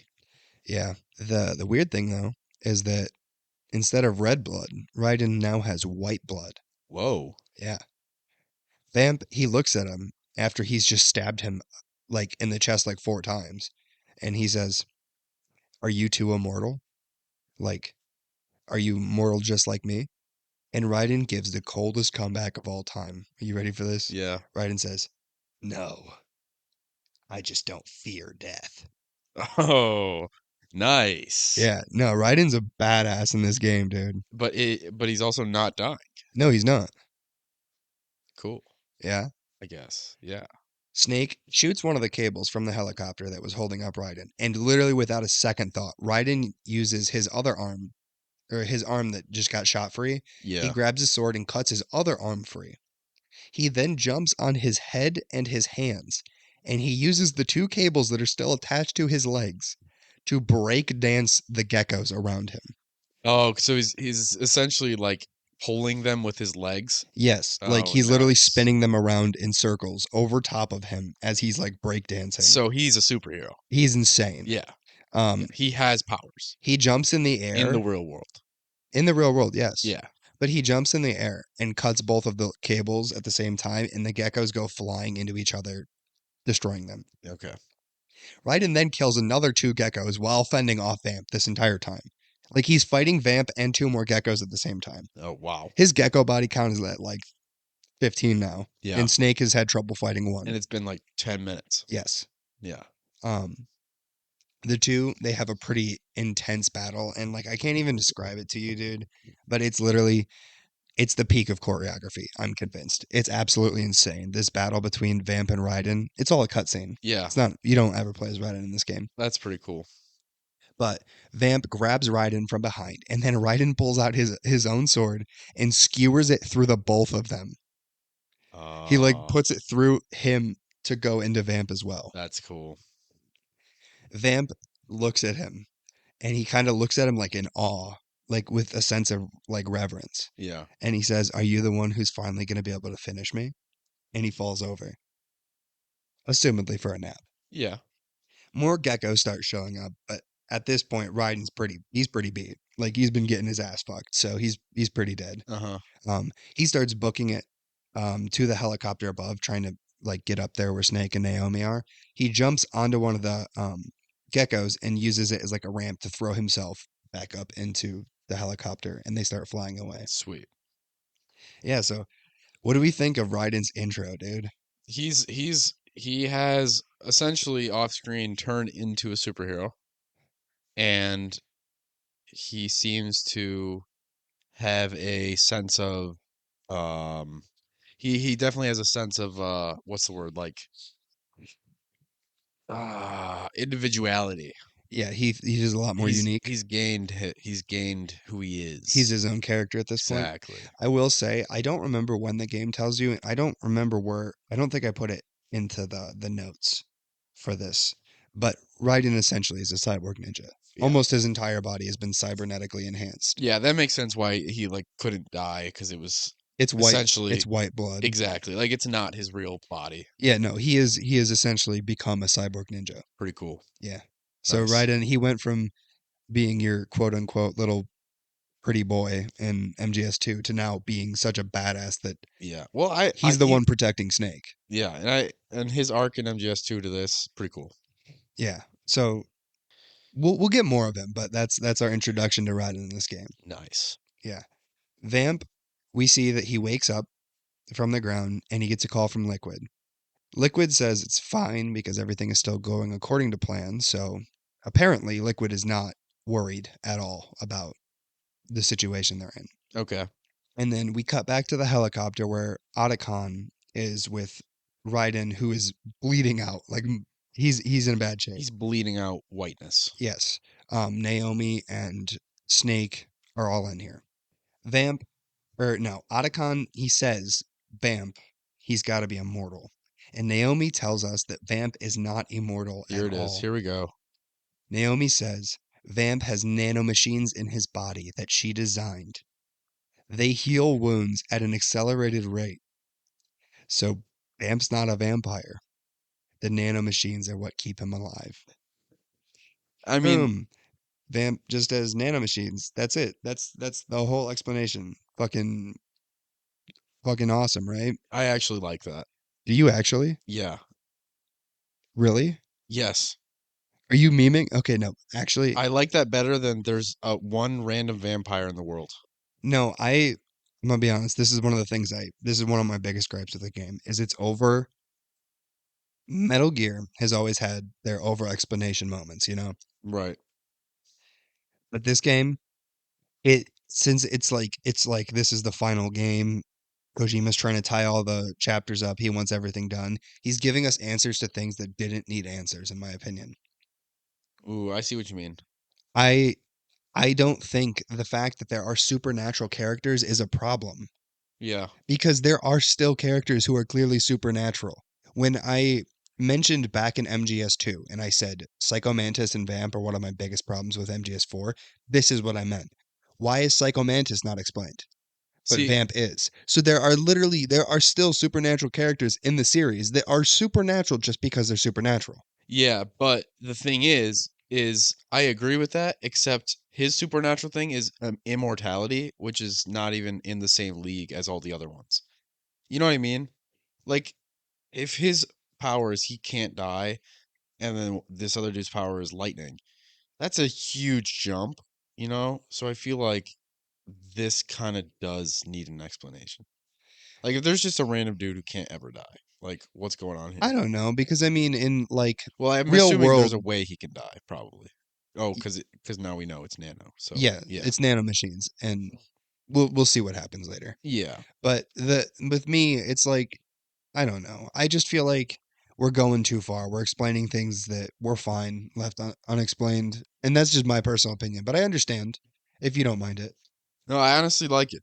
I also hate the way that it's delivered. Is Naomi is just like Naomi ex machining. A little offhand. Yeah, she's just like, yeah, no, he's not actually immortal. I designed those nanomachines. Okay, yeah. Her being like the one who's designed all this stuff is kind of annoying because she needs to stop. Naomi is actually way more important than you thought she was in MGS1. She Well, has designed pretty much most of the problems of the MGS. well, to be honest, in MGS1, I kept being like, it's Naomi. She's behind all No, this. I agree, but I'm saying like MGS1 scale was like one mission that like, oh Oh no, yeah, the world might be under nuclear I see, attack. and it's divulged And into now the entire world everything, is under a tyrannical rule of an AI government. and everyone has nanos. Yes, and Aomi. Naomi? Naomi is like she I wouldn't say she's the epicenter, but she's fucking close. Yeah, And epicenter is a fun word. epicenter? Epicenter. Yeah. It's kind of like EpiPen, which I'm gonna There need. is a character who's at the epicenter, but I won't tell you who they are. Okay. But Naomi, I just with a lot of the I don't know, man. I just don't like the way that this game explains some things, and True. Vamp is one of the problems I have. I still like Vamp's character. I still think Vamp is cool, but do you see why in my head canon I Yeah. just kind of think of him as a vampire and forget Then, the ag- nanomachines thing? then again, when you introduced Vamp to me, like the whole time you've basically been prepping me for this, Yeah. so that probably changed it. Yeah. Whereas if I were playing this game with no idea that this was gonna Yeah, be a because I mean, reveal, this is out of left field. yeah, I get it. I get it. Like, he is clearly just supernatural for some reason, and we literally don't ever hear any reason why he could be a vampire until this moment. Yeah. And it's just like, they just throw it in there. And you're just like, I mean, Vamp is not the biggest mystery in the entire series, so I mean, I guess there's already a lot of time being taken up for other stuff, but come on, man. I don't know. Like I said, this game has some moments that I think are peaks of the entire MGS series, Right. but it also has some of my least favorite shit in it. Yeah, I'll stand with this. I understand exactly where you're coming from. Yeah. But I don't necessarily mind it, but I see, especially Yeah, from someone who's playing the games. Yeah, I yeah. get it. I get it. But yeah, I mean, that's fucking Vamp. Um, but if you remember, Raiden, he is losing blood at an accelerated rate. Like, bro is about to die. He's like, I mean, he's not about to die, but he is losing blood quickly. And Naomi says he needs an infusion of white blood, Hmm. which that you can't just do that anywhere. There's like specific places you have to do it. And Naomi knows where that's at because she knows everything. She does know everything. Good. Um, she actually doesn't know this. I lied to you just now. Okay. But Raiden does. Oh, well, Raiden, he right. grabs Snake's arm and he says the words, Europe, go meet Big Mama. And then he passes out. Oh, okay. So, Now we go to Europe. yeah, we're off to Europe. But before we go to Europe, mission briefing. Nice. Where did you hear this mission briefing, dude? Dude, I've never been more prepared for anything in my life. All right. Well, this is a pretty massive cutscene. I haven't really mentioned the length of these cutscenes, but they're insane. I remember when you pulled up that cutscene from MGS3 Yeah. and I saw the 9.5 hour timestamp of the full run of cutscenes from this game.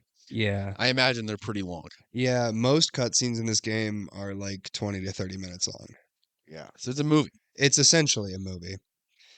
He's a pretty big movie guy. I mean, I don't know how much we'll touch on that, but you can tell it's part of the reason why the games are so directed. Like they're directed so well, in my opinion. Yeah. He loves his movies. But I'm just gonna kind of give you everything we learned in this cutscene back to back. If you Give it need to me. something, just chime in, brother. Cool. All right, so we see Sunny and Naomi bonding a little bit, and we learn officially that Sunny is in fact the child of Olga Gurlukovich. She has like a picture of her on her desk or whatever. So it has been officialized. Sunny is Olga's daughter that Raiden saved from the Patriots and gave to Snake and Otacon to raise. We learn that, like Naomi tells us, that the liquid is after the body of Big Boss once again. She says that Big Boss's body is the final key to gain access to the SOP system. She tells him that like they need Big Boss's genetic code and his biometric data to access it, and that's what she tells us. Snake asks why Liquid can't use snakes, um, and she then tells us that if you remember, Big Boss, Solid Snake, and Liquid Snakes, all of their genetic codes are slightly different because Liquid and Superior, Solid were given recessive. the dominant and recessive genes. So they're Yes. not exact copies. So they can't use theirs. They can only use Big Bosses. The only clone who was a perfect clone was Solidus, Yeah. and he's dead. So If you find his body. Snake, the what? Why are you laughing? Yeah. You gave me his look. You gave I me a look. I didn't give him. I didn't give you a look. Okay. Um, But Snake then asks how Liquid will be able to get Big Boss's biometric data if he's already dead. And Naomi reveals to us Big Boss is not dead.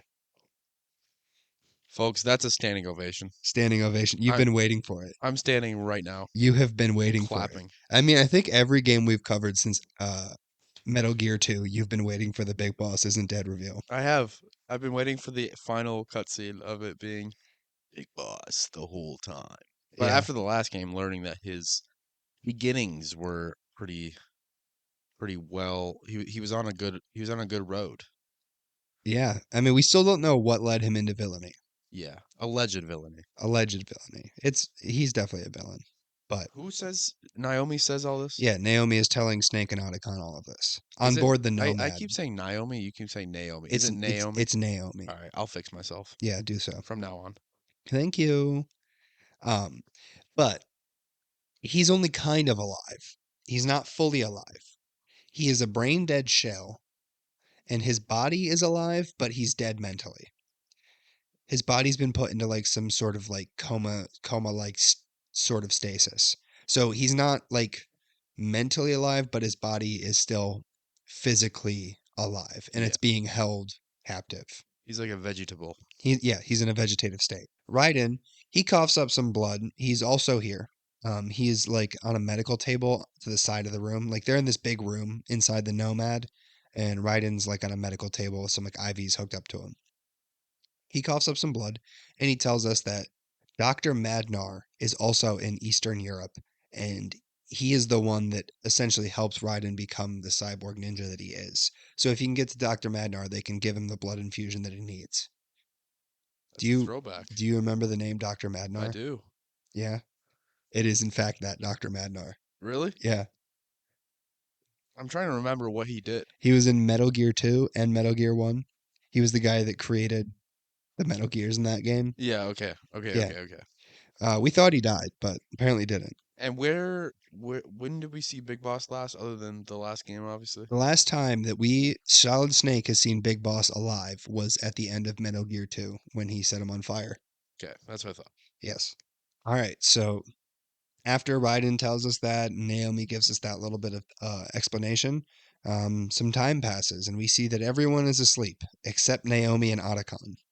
Naomi starts flirting with Otacon, starts getting close to him, and starts being all like up on him and stuff. No, not my man. Not your man. She Mine. then they have like a long ass conversation, and I'm just gonna condense it. But she basically asks, she's like, I am a woman. I don't want to sleep out here with all of these other people. So is there anywhere I could sleep alone? And Otacon's like, they have a helicopter in the Nomad Okay. because the Nomad's huge. Like I'm like literally think of The the helicarrier. helicarrier. Yeah, yeah. Um, so they have a helicopter in there. She's like, can I sleep alone? And Otacon's like, yeah, come here. And he shows her the way to the helicopter. And she gets in, and Otacon closes the door for her.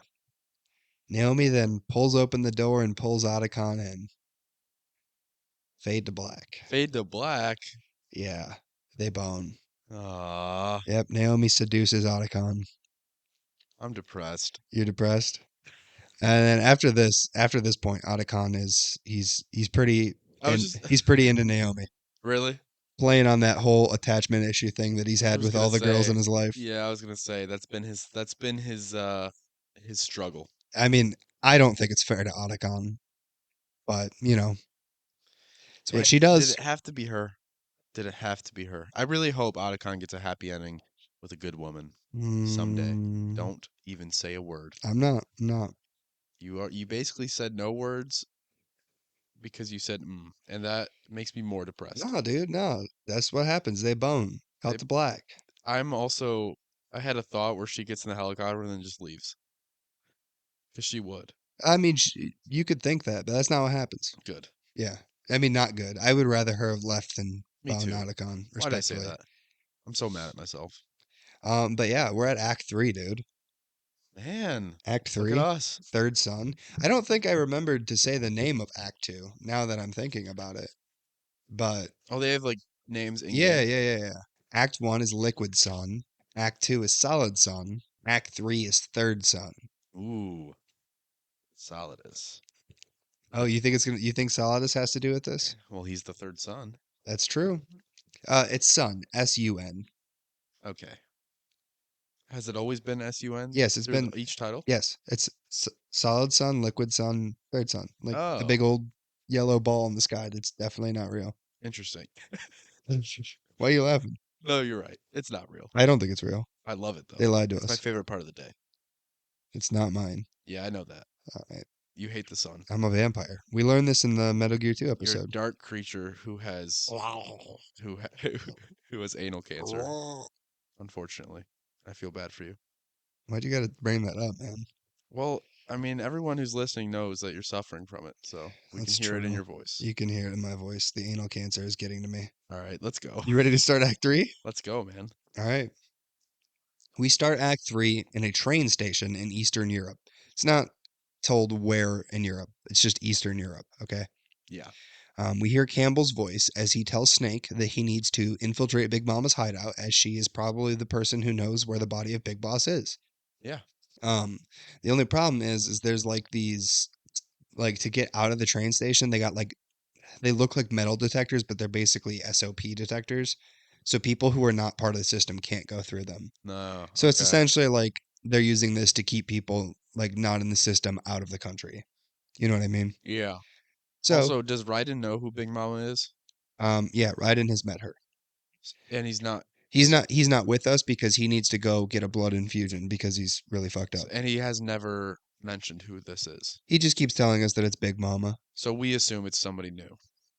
You can if you want. Yeah. Okay. Yeah. No, we do. I don't. All of us. Everyone at home, do you?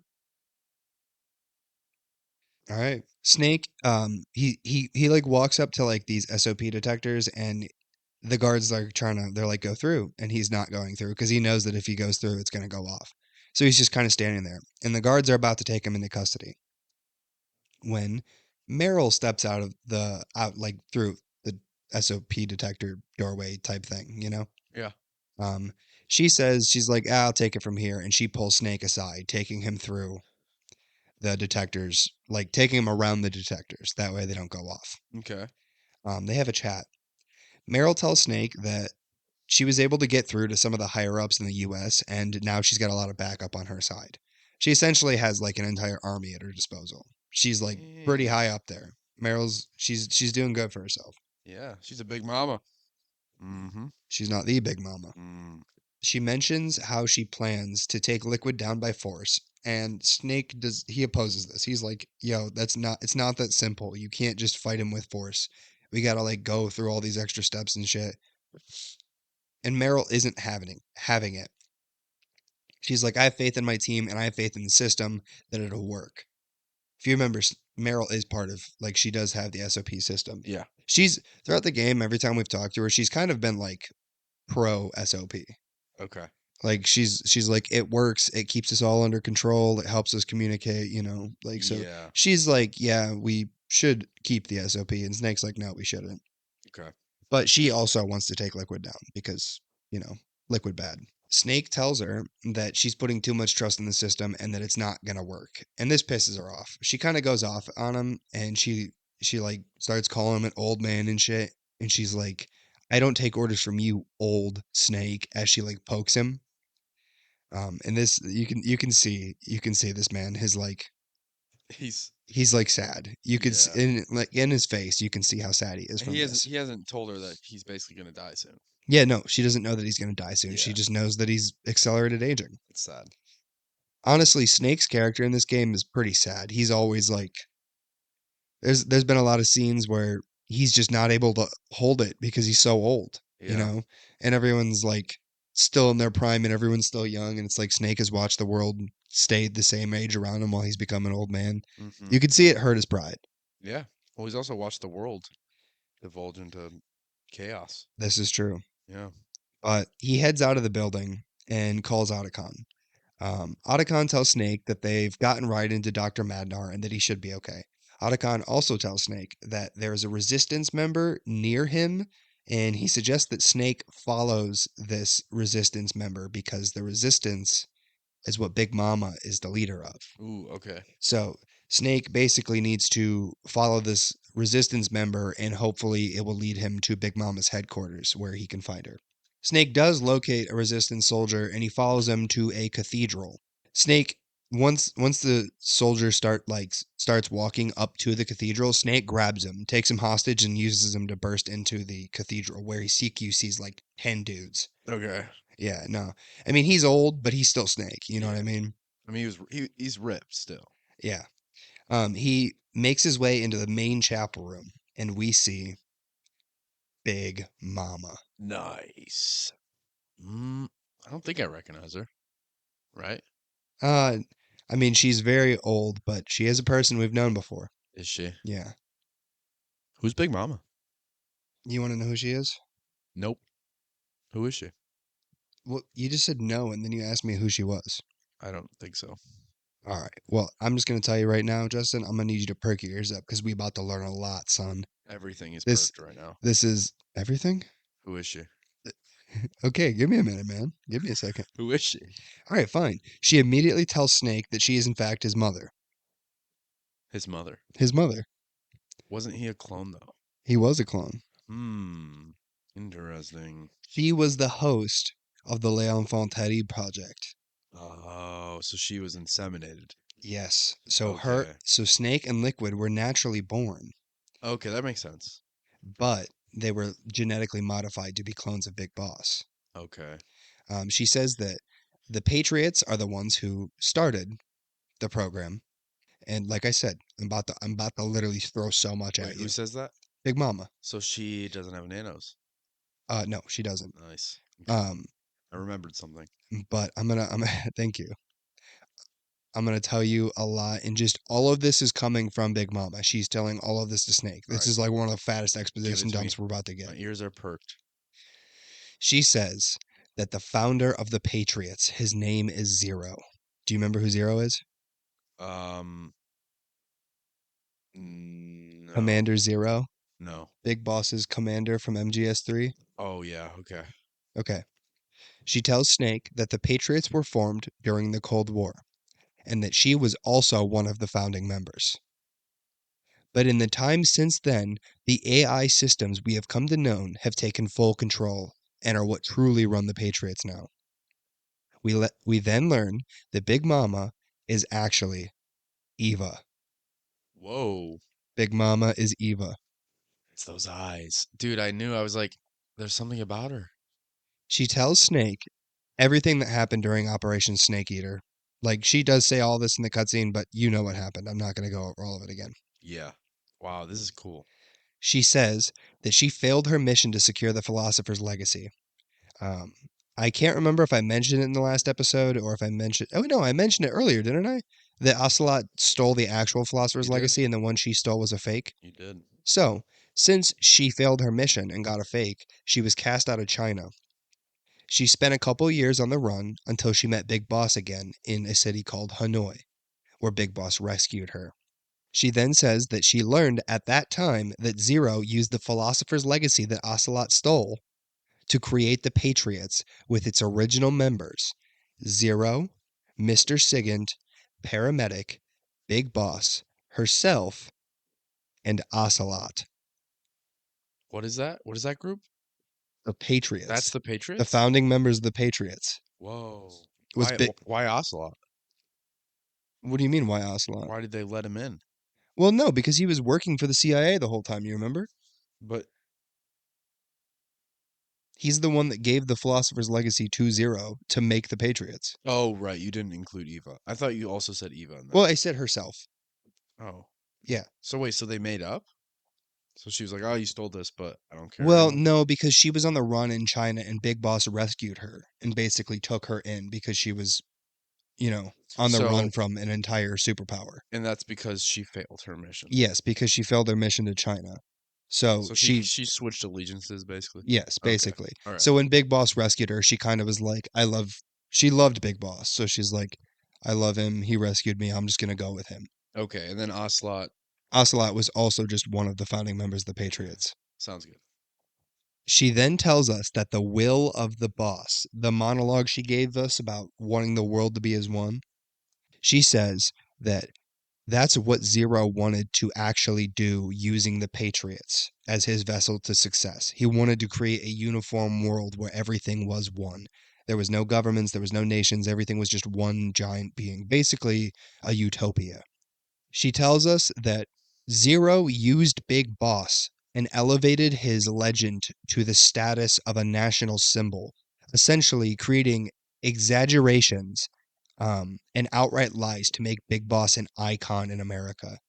He used the fact that he had this legendary Big Boss soldier at his side to gather powerful people to his side, all in all, gaining more wealth and more connections this entire time. Big Boss resented being used like this.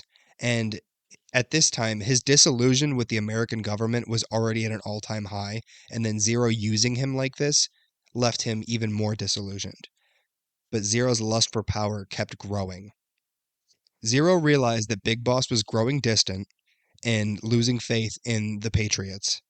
So Zero embarked on a new experiment to keep the legend of Big Boss alive, even if Big Boss left the organization.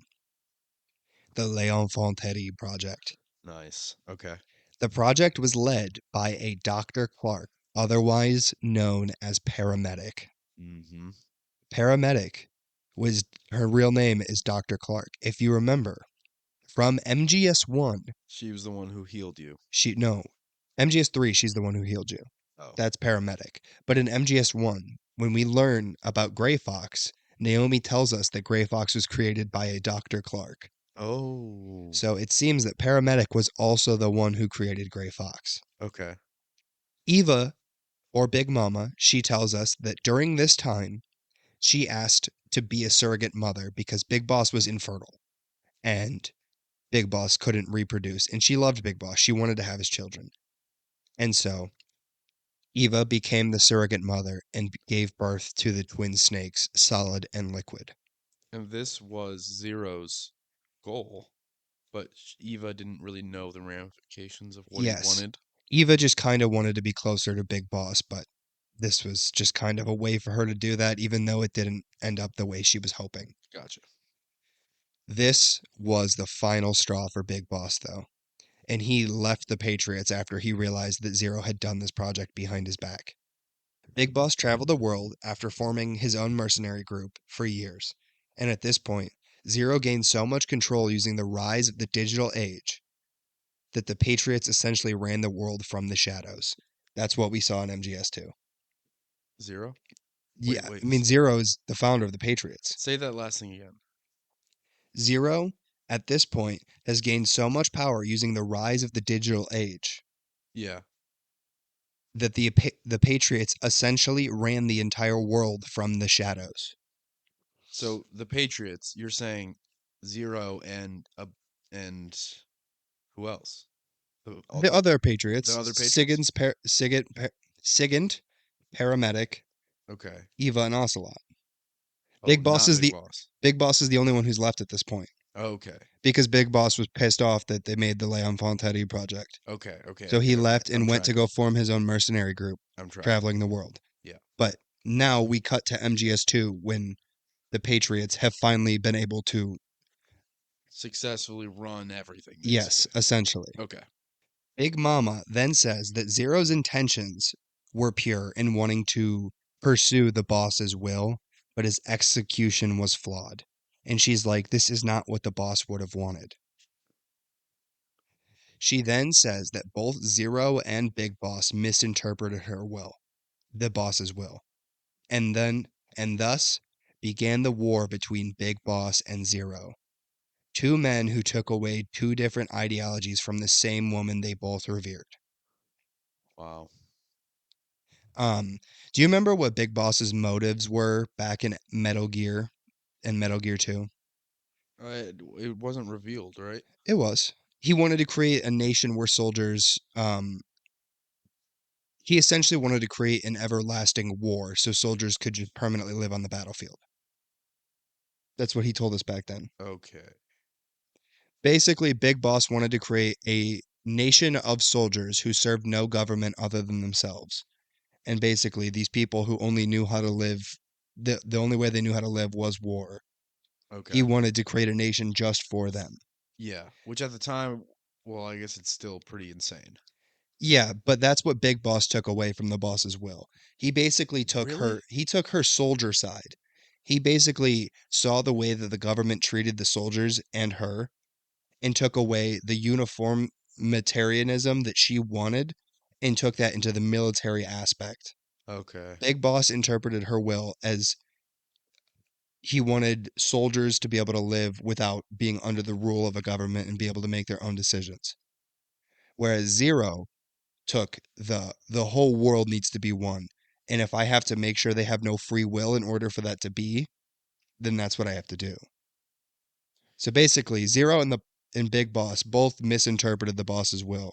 I guess it's just a confusing way to look at it because because a soldier, if you're fighting for yourself and I not for mean, someone else, why are you even a soldier? Big Boss, you have to also keep in mind that he is that soldier that his ideology is based off of. He doesn't know how to do anything other than fight. Yes, but he's fighting organizations. Like he's not going out. He's fighting or I guess it's interesting because he is fighting for himself, but the only reason he has anyone to fight is because of the It's flawed. It's not right. right. Like It's even the games acknowledge that both of yeah. their That interpretations is were not good interpretations. yeah. Well, That's it just what honestly they doesn't even make sense. I mean, I think it makes sense from his perspective. From our perspective, it doesn't make sense. It is incorrect. It's just a flawed way to look at it. But from Big Boss, I think I guess the only thing that doesn't make sense is the whole soldier part added in. But in my opinion, if you just look at like the base ideology of like Big Boss was saying, he thinks that in order for everything to be one, there shouldn't be any ruling power, and Zero saying for everything to be one, there needs to be one major ruling power, basically. yes, that is essentially what it is. Big Boss is just coming from more of the soldier side. Yeah, He takes action using soldiers versus Zero, who's taking action yeah. using Which soldiers the governments. is a organized thing, Yes, so that's why I that's don't really no, see that's the connection. it is a hypocrisy. Okay, yeah, It is a hypocrisy. Like the games acknowledge that it's a right, hypocrisy. right, okay, But you're right. Basically, Big Boss thinks there should be no government, and Zero thinks that the government should control everything, everything. Okay, pretty that much. makes sense. I'm seeing that. So basically, they both heard the boss's will, her last final speech, and they Yeah. both interpret it in different ways, Okay. which led to the events creating the Patriots, which henceforth have led this entire franchise. Yeah. Do you remember when I said that her speech in that game where you were kind of like, why did she give that? I know you came around to it, but like this is why. Yeah. Her speech right there is what made this franchise. Yeah, that's okay. This whole franchise revolves around the boss, Got it. essentially. Yeah. And her legacy. Yes. We're not done learning shit though. So you ready? Yep. Okay. Eva slash Big Mama tells us that when Snake beat Big Boss in Zanzibar Land, aka Metal Gear 2, Zero recovered both of their bodies. Zero recovered the body of Big Boss and Gray Fox.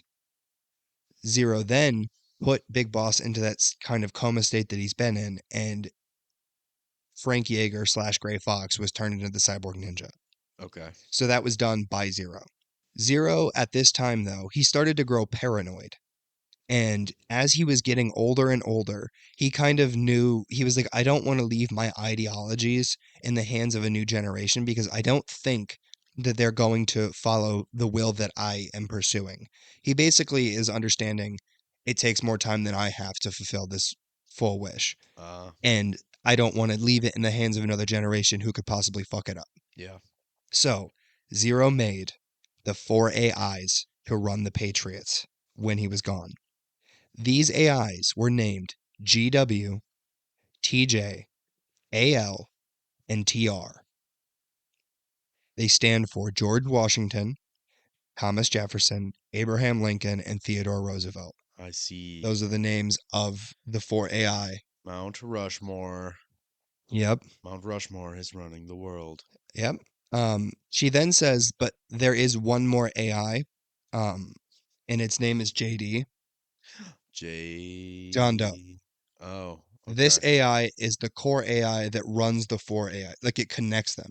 So they're four separate AIs, and JD is like the connecting piece that connects all four AIs. So they're Mm. able to all function as one unit. Okay.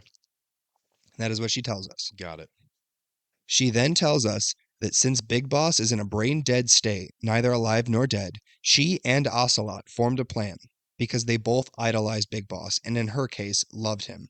The two of them hated how he had ended up in this vegetative state. And after Zero did this to Big Boss, they also grew disillusioned with Zero. Yeah. Well, I'm interested like what their opinion of Snake is. Solid Snake? Yeah, because he's the one who technically killed him. I think they blame Zero more.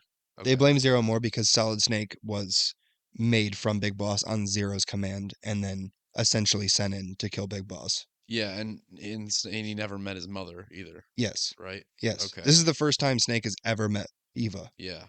Yeah, this is a big deal right here. Yeah, no, I told you this is a huge conversation. Okay. But basically, since Eva and Ocelot had grown disillusioned with Zero's reign after the way that he treated Big Boss, they decided they were going to take down the Patriots. They used Gray Fox to kill Dr. Clark, aka Paramedic. If you remember in MGS1, it was revealed that when Gray Fox escaped from the lab, there was an explosion that caused Dr. Clark to die. So they used Dr. Clark to kill Paramedic.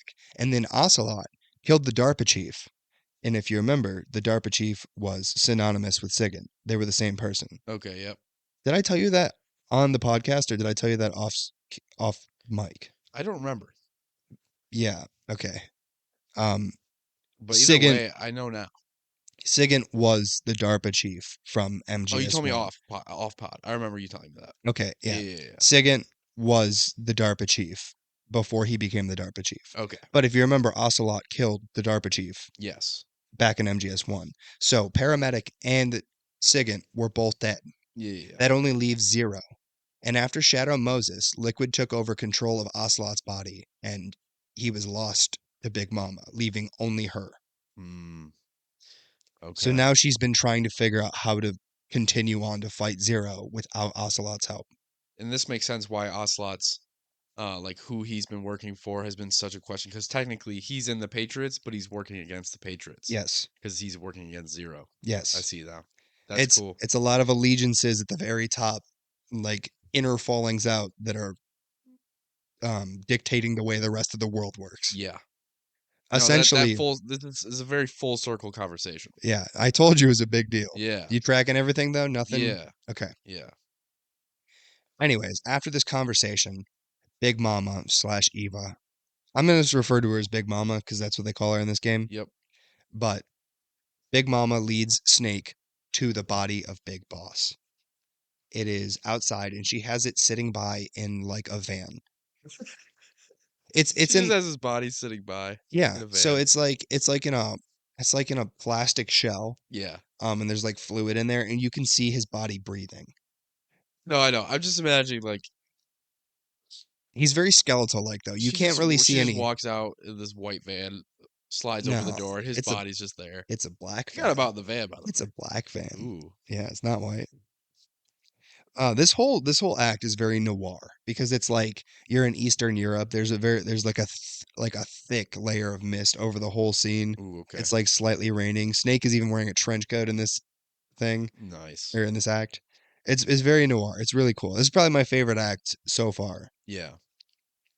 Um, but yeah, she leads Snake to the body of Big Boss, and then Snake calls Otacon, and Otacon tells Snake that Naomi disappeared from the Nomad.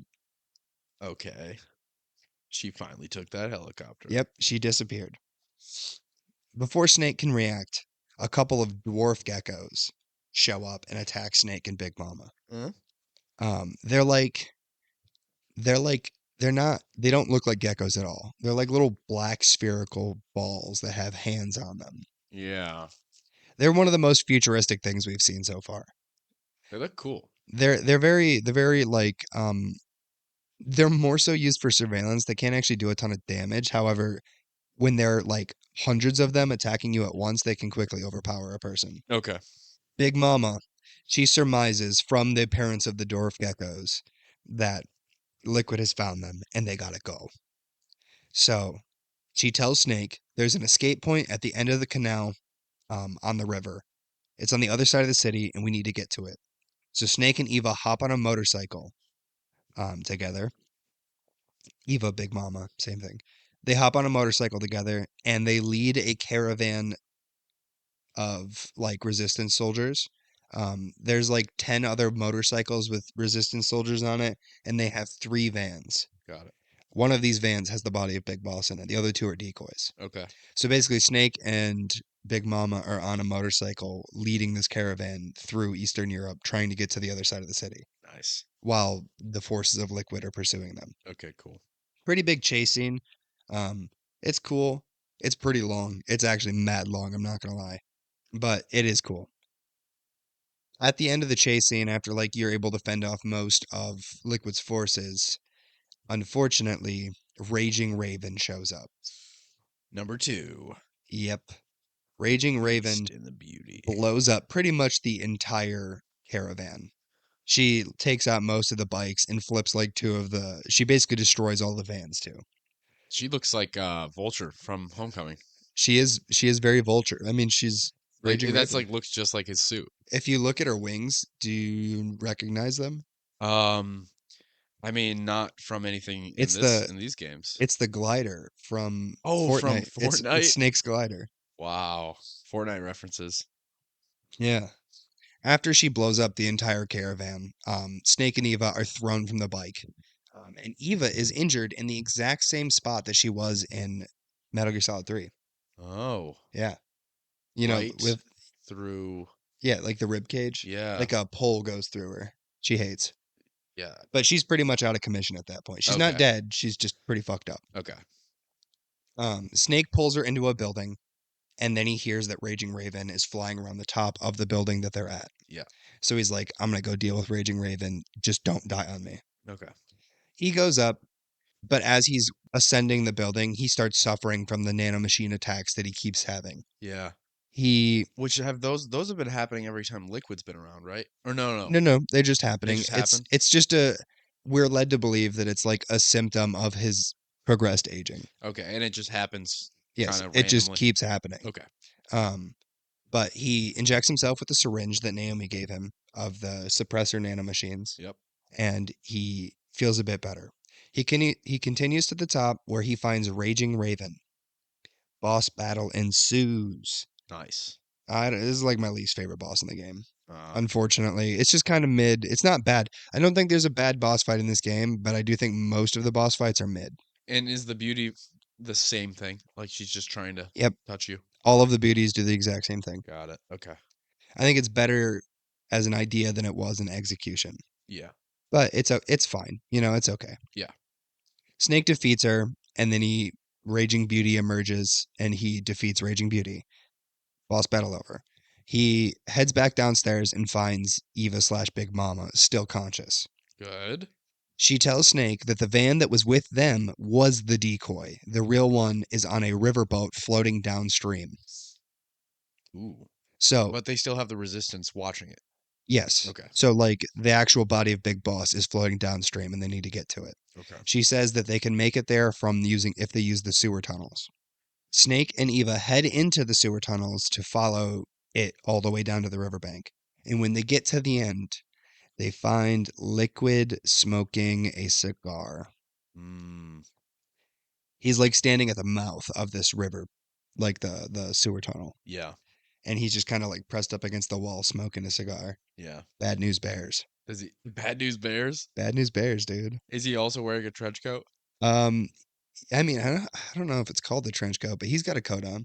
Nice. Yeah, He's wearing a coat. he's wearing Liquid. That's a really nice coat you got. I'm just imagining Where'd him you get it? really good. I'm just imagining him up against the wall and he needs to be wearing a coat. If he's smoking a cigar, it would match the vibe so far. Yeah, picture him wearing a coat. Yeah, I am. He's wearing a coat. Good. The camera pans out behind Liquid, and we see that there is a small boat right behind him in the river. And on this boat, we see Vamp and Naomi. The camera pans up, and we then see that there's a bigger boat with a van on it, the one that's holding Big Boss's body. But unfortunately, it is on fire. Ah, It seems that Liquid has burned the boat to the ground. okay. Eva falls to her knees crying, and Snake and Liquid get into some good old fisticuffs. Liquid does overpower Snake, um, but it's a really good fight. Like the choreography in this fight's awesome, and like, So it's a cutscene? yeah, Okay. the cuts, like the fights between Liquid and Snake are brutal, dude. Like they don't hold their punches.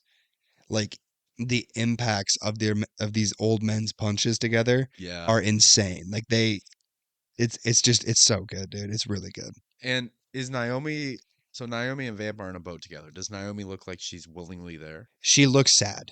Okay. She like keeps looking at Snake and then looking down, like ashamed of herself, is what she Okay. looks like. Okay. Liquid, after he gets Snake on the ground, he explains to Snake that when GW was supposedly destroyed, Liquid was able to repair it. You remember GW from MGS2? Yeah. The Which is AI system on Arsenal gear? Yeah, I was gonna say it's making even more sense why they wanted that destroyed because it's the whole AI thing now. Yep. So he says that when GW was supposedly destroyed, Liquid is able to get a hold of it and repair it. However, since the other AIs don't realize that it was still functional, they think that GW was still destroyed. So all three of the other AIs and the core AI JD, they think that GW is destroyed. Okay. So when Liquid is able to repair it, they don't know that it's back up and like running. Liquid was able to use this to get on the inside of the AIs and gain control undetected. Ooh. He says the only thing stopping him from having complete power over all four AIs is JD. He then says that he plans on nuking JD. Did I say that he took over the other AIs already? Yeah. No, I spoke incorrectly. He wants to take over them. JD is the only thing in his way though. So what his plan is that he's going to nuke JD, and with JD out of the way, which JD is like the core AI, Right. he can use GW to take over the other three like cannon fodder. Like it won't be anything to So him. they have physical. They do have physical bodies, yes. Oh, they have bodies. Not like human bodies, but they're like, There's like places where the brain of the system is yes, located. like it's a big ass computer room and there's like a pillar that has the AI in it. Okay, got it. Yeah. So basically he says he wants to nuke JD, and when JD's gone, he'll be able to take over the other three like nothing. Okay, so he's found out where JD is. JD is in space. Oh, JD floats above the Earth in orbit. okay. But when he takes over all four, because he has control of GW, but if he takes control of the other three and has control of all four Patriot AIs, the SOP system will be his, and he'll essentially be able to gain control of the entire world. Yeah, because the nanos. Yes. Liquid then says that he's going to kill Zero and Big Boss and become the entire Patriots himself. So this is where the motive is revealed that he wants to essentially take the power, Yes. not just diminish it. Yes. No, he wants control of the Patriots. I He wants see. to become the Patriots.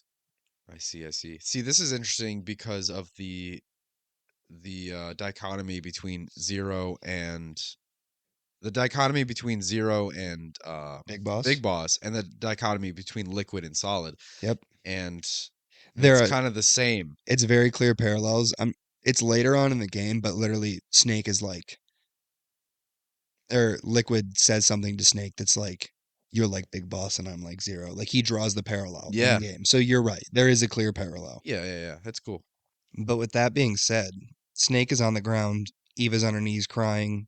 Liquid hops on the boat with Vamp and Naomi, and he says that his moment of triumph is here as they start boating into the river. Yeah. It's pretty big. Like imagine a huge river in the center of this European city. Okay.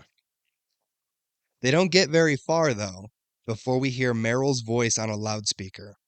She is on a different boat waiting in ambush with the rest of Rat Patrol. And Mm, on her signal, 3 helicopters, like 6 boats, and like 20 cars of American soldiers show up and surround Liquid's boat in this river. nice. Liquid's boat stops, and he smiles. He raises his arms out in a crucifixion pose, Yo. and Snake and Eva get on Meryl's boat, both of them like flabbergasted, like Yeah. very, very in the moment. Liquid slowly starts raising his hands as Meryl yells out to aim, and all of the troops surrounding the river aim their weapons at Liquid's boat. Snake yells out to stop, like he screams stop, and then Meryl yells fire. Nothing happens. Mm, I have a Liquid feeling. starts laughing, and he Yes. throws his hands up into finger gun motions, and he yells, "The system is mine. Behold, guns of the Patriots." Oh, He damn. then starts using his finger guns as like actual guns, and he starts pretend firing on all of the soldiers that are surrounding him. All of them start freaking out, including Meryl and Rat Patrol, and they start shooting themselves. Whoa. Yeah, even all this, like, there's a bunch of frogs on Liquid's boats as well. Yeah. They all start shooting everyone as well.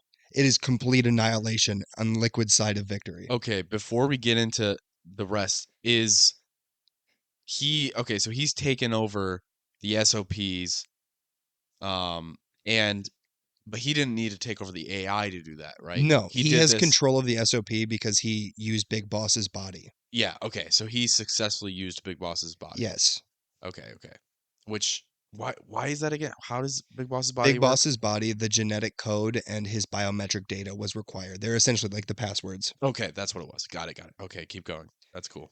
Um, but yeah, dude, it is absolute chaos. So is I'm Meryl talking dead? Meryl's not dead, Okay. but the helicopters start falling out of the sky and crashing into boats. Boats start Chaos. flying into the other boats. All the cars and shit where they're like on the bridge overlooking it, they start exploding and like ramming into each other. Yeah. It's just absolute chaos. And Liquid is just laughing this whole time. Nice. It is insane. It's like a 15-minute sequence. That's sick. And it is just Liquid pure victory, dude. Yeah. It's pretty fucked up for our heroes. No, it is. Yeah, It Snake is is. he's just standing there and he starts like feeling the effects. He gets himself with the syringe and he feels better and he's just kind of watching everything happen. There's nothing he can do. There's nothing he can Yeah. do at this point. Yeah. But everyone except Shitstain is under Oh, that's effect right. from the SOP system that Liquid is used, or I guess GOPS, Guns of the The Patriots. cops. Well, and his face has never been revealed. I No, he still actually, has a mask. yeah, I never thought about that. We could know who this is. We're actually, I'll tell you, we're gonna see Shitstain soon. Let's go. Um, but once all of the American soldiers are dead, Wow. Liquid's boat drives over to the one that Meryl, Snake, and Big Mama and Shitstain are on. Yeah. He looks at Vamp and says they can have it because he doesn't need it anymore. And they throw Big Boss's body onto the boat. Wow. That's a big balls move. Eva goes to grab it when Liquid shoots some barrels next to it and the whole thing blows up and catches on fire. Ah, did Eva get in the explosion? Eva was in the explosion. No. Um, Meryl and Shitstain jump into the water to avoid the blast, but Snake, trying to protect Big Mama, he grabs her and in the explosion suffers some gnarly burns in the side of his face. Ah, His entire face is like completely just destroyed. Like it's just half of it. He looks like Two-Face now. oh, I was gonna say, is it the side of that his eye patch is on? Yeah, Oh, it is that's that cool. side. Okay. Snake, after he grabs Big Mom and pulls her out of the explosion, he falls back on his ass and he's like holding her body and he screams out, "Anagon!" And what about Meryl? Like he didn't even give a shit. I mean, they jumped into the water. They're safe. Okay, They're so not dead. Meryl is safe. That Um, makes more sense because Big Mama was obviously pretty concussed. yes. Okay.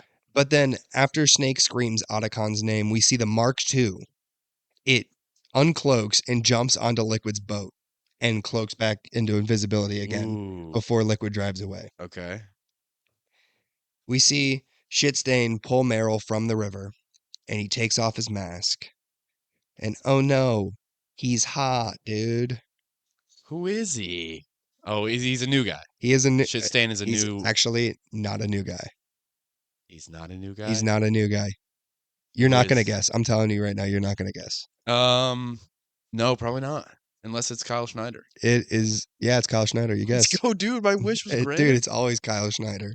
But he starts resuscitating Meryl and she like coughs up water. We see her come to. Meryl is still alive. Yeah. Then we see that Snake is holding Eva's body. She gives him a few final words and like tells him that she wished she could have known her son better Wow. and she loved him. This is happening. Yes. And then Eva falls over dead. Wow, dude. Snake sits there just staring, just completely mind ablaze. Yeah. He's just staring out into the sky. A vehicle pulls up.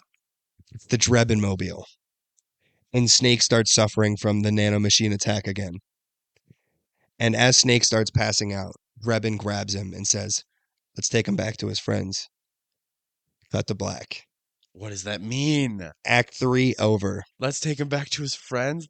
And that's the end of part 1, everybody. This Metal man Gear Solid 4, part 1. so suspicious. Done and over with. Wait, so who is Shitstain? You're not saying yet. No, we'll learn. Okay. We will. So Part 2. even though it is somebody we've allegedly seen, We have definitely seen him before. Yep. I've mentioned him on this podcast before. but it's not an obvious revelation. You're not going to know. Yeah, but If you're you playing played, the game, if would you know? were a part of the Metal Gear community since back then, you would know. But you don't. Okay. Okay, I'll take that. He is a reoccurring character in every game. Oh, really? Yeah. Ooh. But I can't tell you more without telling you who he is. Okay, fair. Actually, no, never mind. I Yeah, we can't. can wait. His name, Shitstain, his real name is Johnny Sasaki. That's all I can tell you. I did mention say that. that name earlier. Yeah, I mentioned that when I introduced him.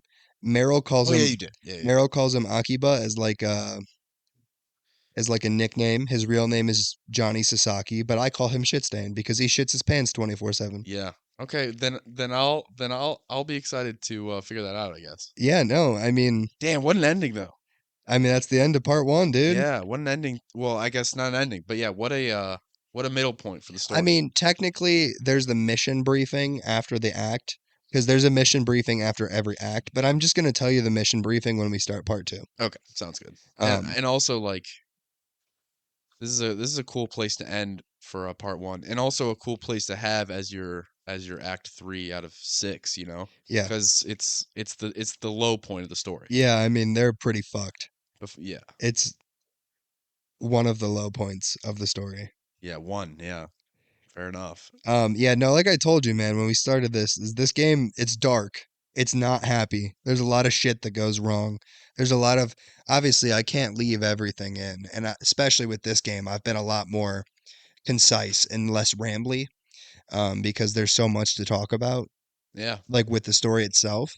But the way that Snake is portrayed in this game is devastating. Yeah. Snake, his actual character is he's a man and he's trying to do the right thing, but because of his old age and circumstances he did not put himself into, Right. he was bred to die at a young age. This was Yeah. all because of his cloning. And the nanos that he Yes. did willingly accept, Well, they're not what's causing it. except for the drubber. They're not what's causing him to age acceleratedly, though. I thought it was Fox died. Oh no, No, you're right. no, It's no. the genes. You're It's right. yeah, You're it's right. You're because he right. was genetically modified to die young, which is the same reason he can't have kids. Is Yeah. that's the way that he was made. I was thinking of like the thing that excels. No, no. So that is the foxdie virus that Naomi put into Snake's body Yeah. because of his clone genes and all of his genetics. It's making it worse. It has started to mutate, and within 3 months, it'll become Yeah. indiscriminate with who it kills, making Snake a walking biological weapon. Yes. Yes. Yes. Yes. Yes. Yeah, which you could say that that was his fault because he willingly took them, but at that point, Snake was still a rook. He's not a rookie in MGS1, but he's still very, green. Yeah, and to be honest, he at that point, him putting trust into the people he's working for makes Yes, sense. that was before he knew that the government was fucked up. Yes. Like that was the game where he realized how fucked up the government could be. Yeah, yeah, yeah. I'm just giving So, him a hard time. yeah, no, I understand. But I mean, if you think about it from him, he's really never done anything but try to do the right thing, Yeah, and all of this bad shit is happening to him. yeah. That's life right there. Okay, so You I'm try. See, this is why we said earlier, don't try. try not. Try not. Try Try not. don't. The Pigpen podcast motto. Try never. Try not. Yep. But I'm curious to see because in MGS2 you said that you like Raiden more than Snake by the end of that game. And your opinion may change towards the end of this game. But what are what are your thoughts on like the three main characters, Raiden, Snake, and Otacon? How do you feel about them in this game so far? Well, I guess to go back on my feelings of MGS2 of liking Raiden more than Snake, I liked Raiden's arc and I liked the I think more so I like the progression of that game over the progression of the other games. So maybe I should have said it differently because Snake is as a character, Snake is a better character. I think so. And I think Snake has a lot of Snake has a lot more to talk about. I think I mean, this game obviously being another game centralized around Snake, this game has a lot adds a lot to his character, I should say. yeah. And it also reveals a lot. But as far as what I think about the three, um, I'm definitely interested to see where Raiden goes. And Snake, I'm very interested. I'm most interested about Snake. So, and Otacon's Otacon. Otacon's Otacon. He's Well, don't he. you feel bad for him because he's falling in love with Naomi? That's no, that's some shit. Like, there's no way that keeps going. I mean, every scene we see of him for the rest of the game, he's got googly eyes for Naomi. Like, how is Naomi with them in the helicarrier? Then she's with Vamp. Are you saying that there's gonna be more of her with them again? She really is just bouncing between them? She has, from our recollection in Metal Gear Solid 1, she was working with Liquid, or she was technically working under the US government, which from this point we should realize was the Patriots. Yeah. I'm just saying, like, I mean, how did they not like lock her up when she was on the helicarrier? she was. I mean, how did Snake and Otacon not Yeah, lock her why up? didn't they lock her up? I don't know. I don't know. Yeah, It was while everyone was asleep, and she kind of seduced Otacon. right. Which is just, I feel bad for the man. I feel bad for him, but I'm also disappointed. You're disappointed in him. I understand he has I trauma, so that's why I feel bad for him. But Yeah. I'm still disappointed. I see it as another woman coming into his life and using emotional manipulation to take a hold of him to get something she wants. Right, but also he is accepting it. Yeah, yeah. But Otacon sees the best in people.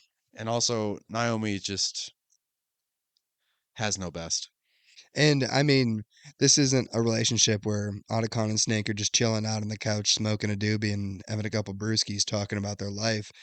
they're going through some shit right now. Snake doesn't really have the time to walk Otacon through this relationship It's drama. true. And Otacon does need another voice to a voice of reason. He Yeah. he does need that. Yeah, no, Otacon very much does. Because, I mean, every time we've seen him break down, Snake's the one to pull him out of it. Yeah. Yep. And now You always need a Snake bro to pull you out. Snake has slowly been breaking down over this game. Yeah. I will say, I don't know if you caught on by me mentioning it, but Snake, his like nano attacks and like his coughing fits and him getting to the point where he's borderline conscious have been getting more frequent. Yeah. It's been getting worse progressively throughout the game. And I know Naomi kind of gave him a cure, I guess. We'll see where that goes. So, Yeah. She, so far in the game, my perspective, she has done good and bad things. yeah. Her excuses for doing the bad things was that she's being controlled by Liquid. She looks ashamed Yeah. when she's with Liquid, but she's still with Liquid, Right. you know? Yep. So, from my perspective, I think the way I feel about Naomi is the way I feel about this entire game. Well, here's the thing though. I don't Middle middle ground. ground because I don't know her motives yet. So I won't completely judge her character until I do. Yeah, that's fine. But I mean, I can. Yeah. And I'm just Well, saying, that's what I'm saying. Yeah, I guess you're saying middle, so it doesn't yeah, spoil anything. I'm not saying Yeah. anything that would taint your opinion. I'm just saying this game is very good things about it. Like that whole Act 3 sequence, other than the beginning of Act 3, which is pretty slow, but Act 3 as a whole, I'd love the fuck out of that shit, Yeah, dude. it was epic. It's pretty peak. Yeah.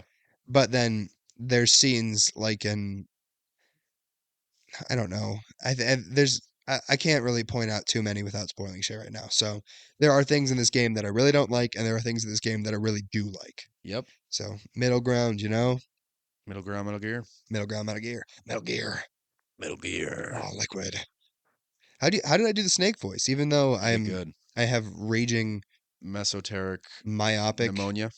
myopic Myopic cardondrius myopic triangle biometric system. pneumatic codes. Oblong longevity Hey, jump. jump, Yes. coating my throat. Yeah, it sucks, man. It sucks because, I'm with you and I feel it too. Well, I'm saying, how did I do the Snake voice, even though I have all of No, that no, you going did on? well. Yeah, that's what my question was, and then your response was, "It sucks." No, I answered you before. I don't think you heard me. I don't think I heard you Did I then. answer you? I don't think you did. We're gonna have to listen back. I'm not. We're uploading it like this. Good. No editing needed. Goodbye, everyone. All right. Okay. Actually, before we go, Justin, I need you to do me one last favor. Fine. Can you please, for the love of God, for the love of Spotify. fucking God. Spotify, YouTube every Friday. Oh my God, you ingrateful piece of donkey trash. All right, what were you gonna say? I was gonna say, can you tell the folks where they can listen to us at? Yeah, see, I knew. I knew. No, if you're on Spotify, we're on YouTube. If you're on YouTube, we're on Spotify. And like I said, every Friday. But what are they looking up to see that? Big Pen Podcast. Big Pen Podcast, No, one word, no spaces. no spaces, one word. Yeah, and On it's the same on both. It's the same on both, classic branding. Yeah. But with that being said, Mm-hmm. oink oink everybody. I hope you have a great day Or night. or year or day. Or life. I may pass away from pneumatic tubes coursing throughout my bloodstream right now before the next episode, but I'll see you next week. Yeah. And like we've discussed, if it's just me, he'll be grafted onto me. Yep, I will be assimilated into his area. Yeah, yeah. And you'll be able to hear me because I'll come out every now and then while Yep. it shakes around. And he'll be violently. British. Yes, I will. Well, Oh, guys, because I'm British. Oink yeah, oink I guess oink we're gonna oink. go now. Everybody, We're gonna British leave. British man. Oink Goodbye. oink. Goodbye. Shut the fuck up. No.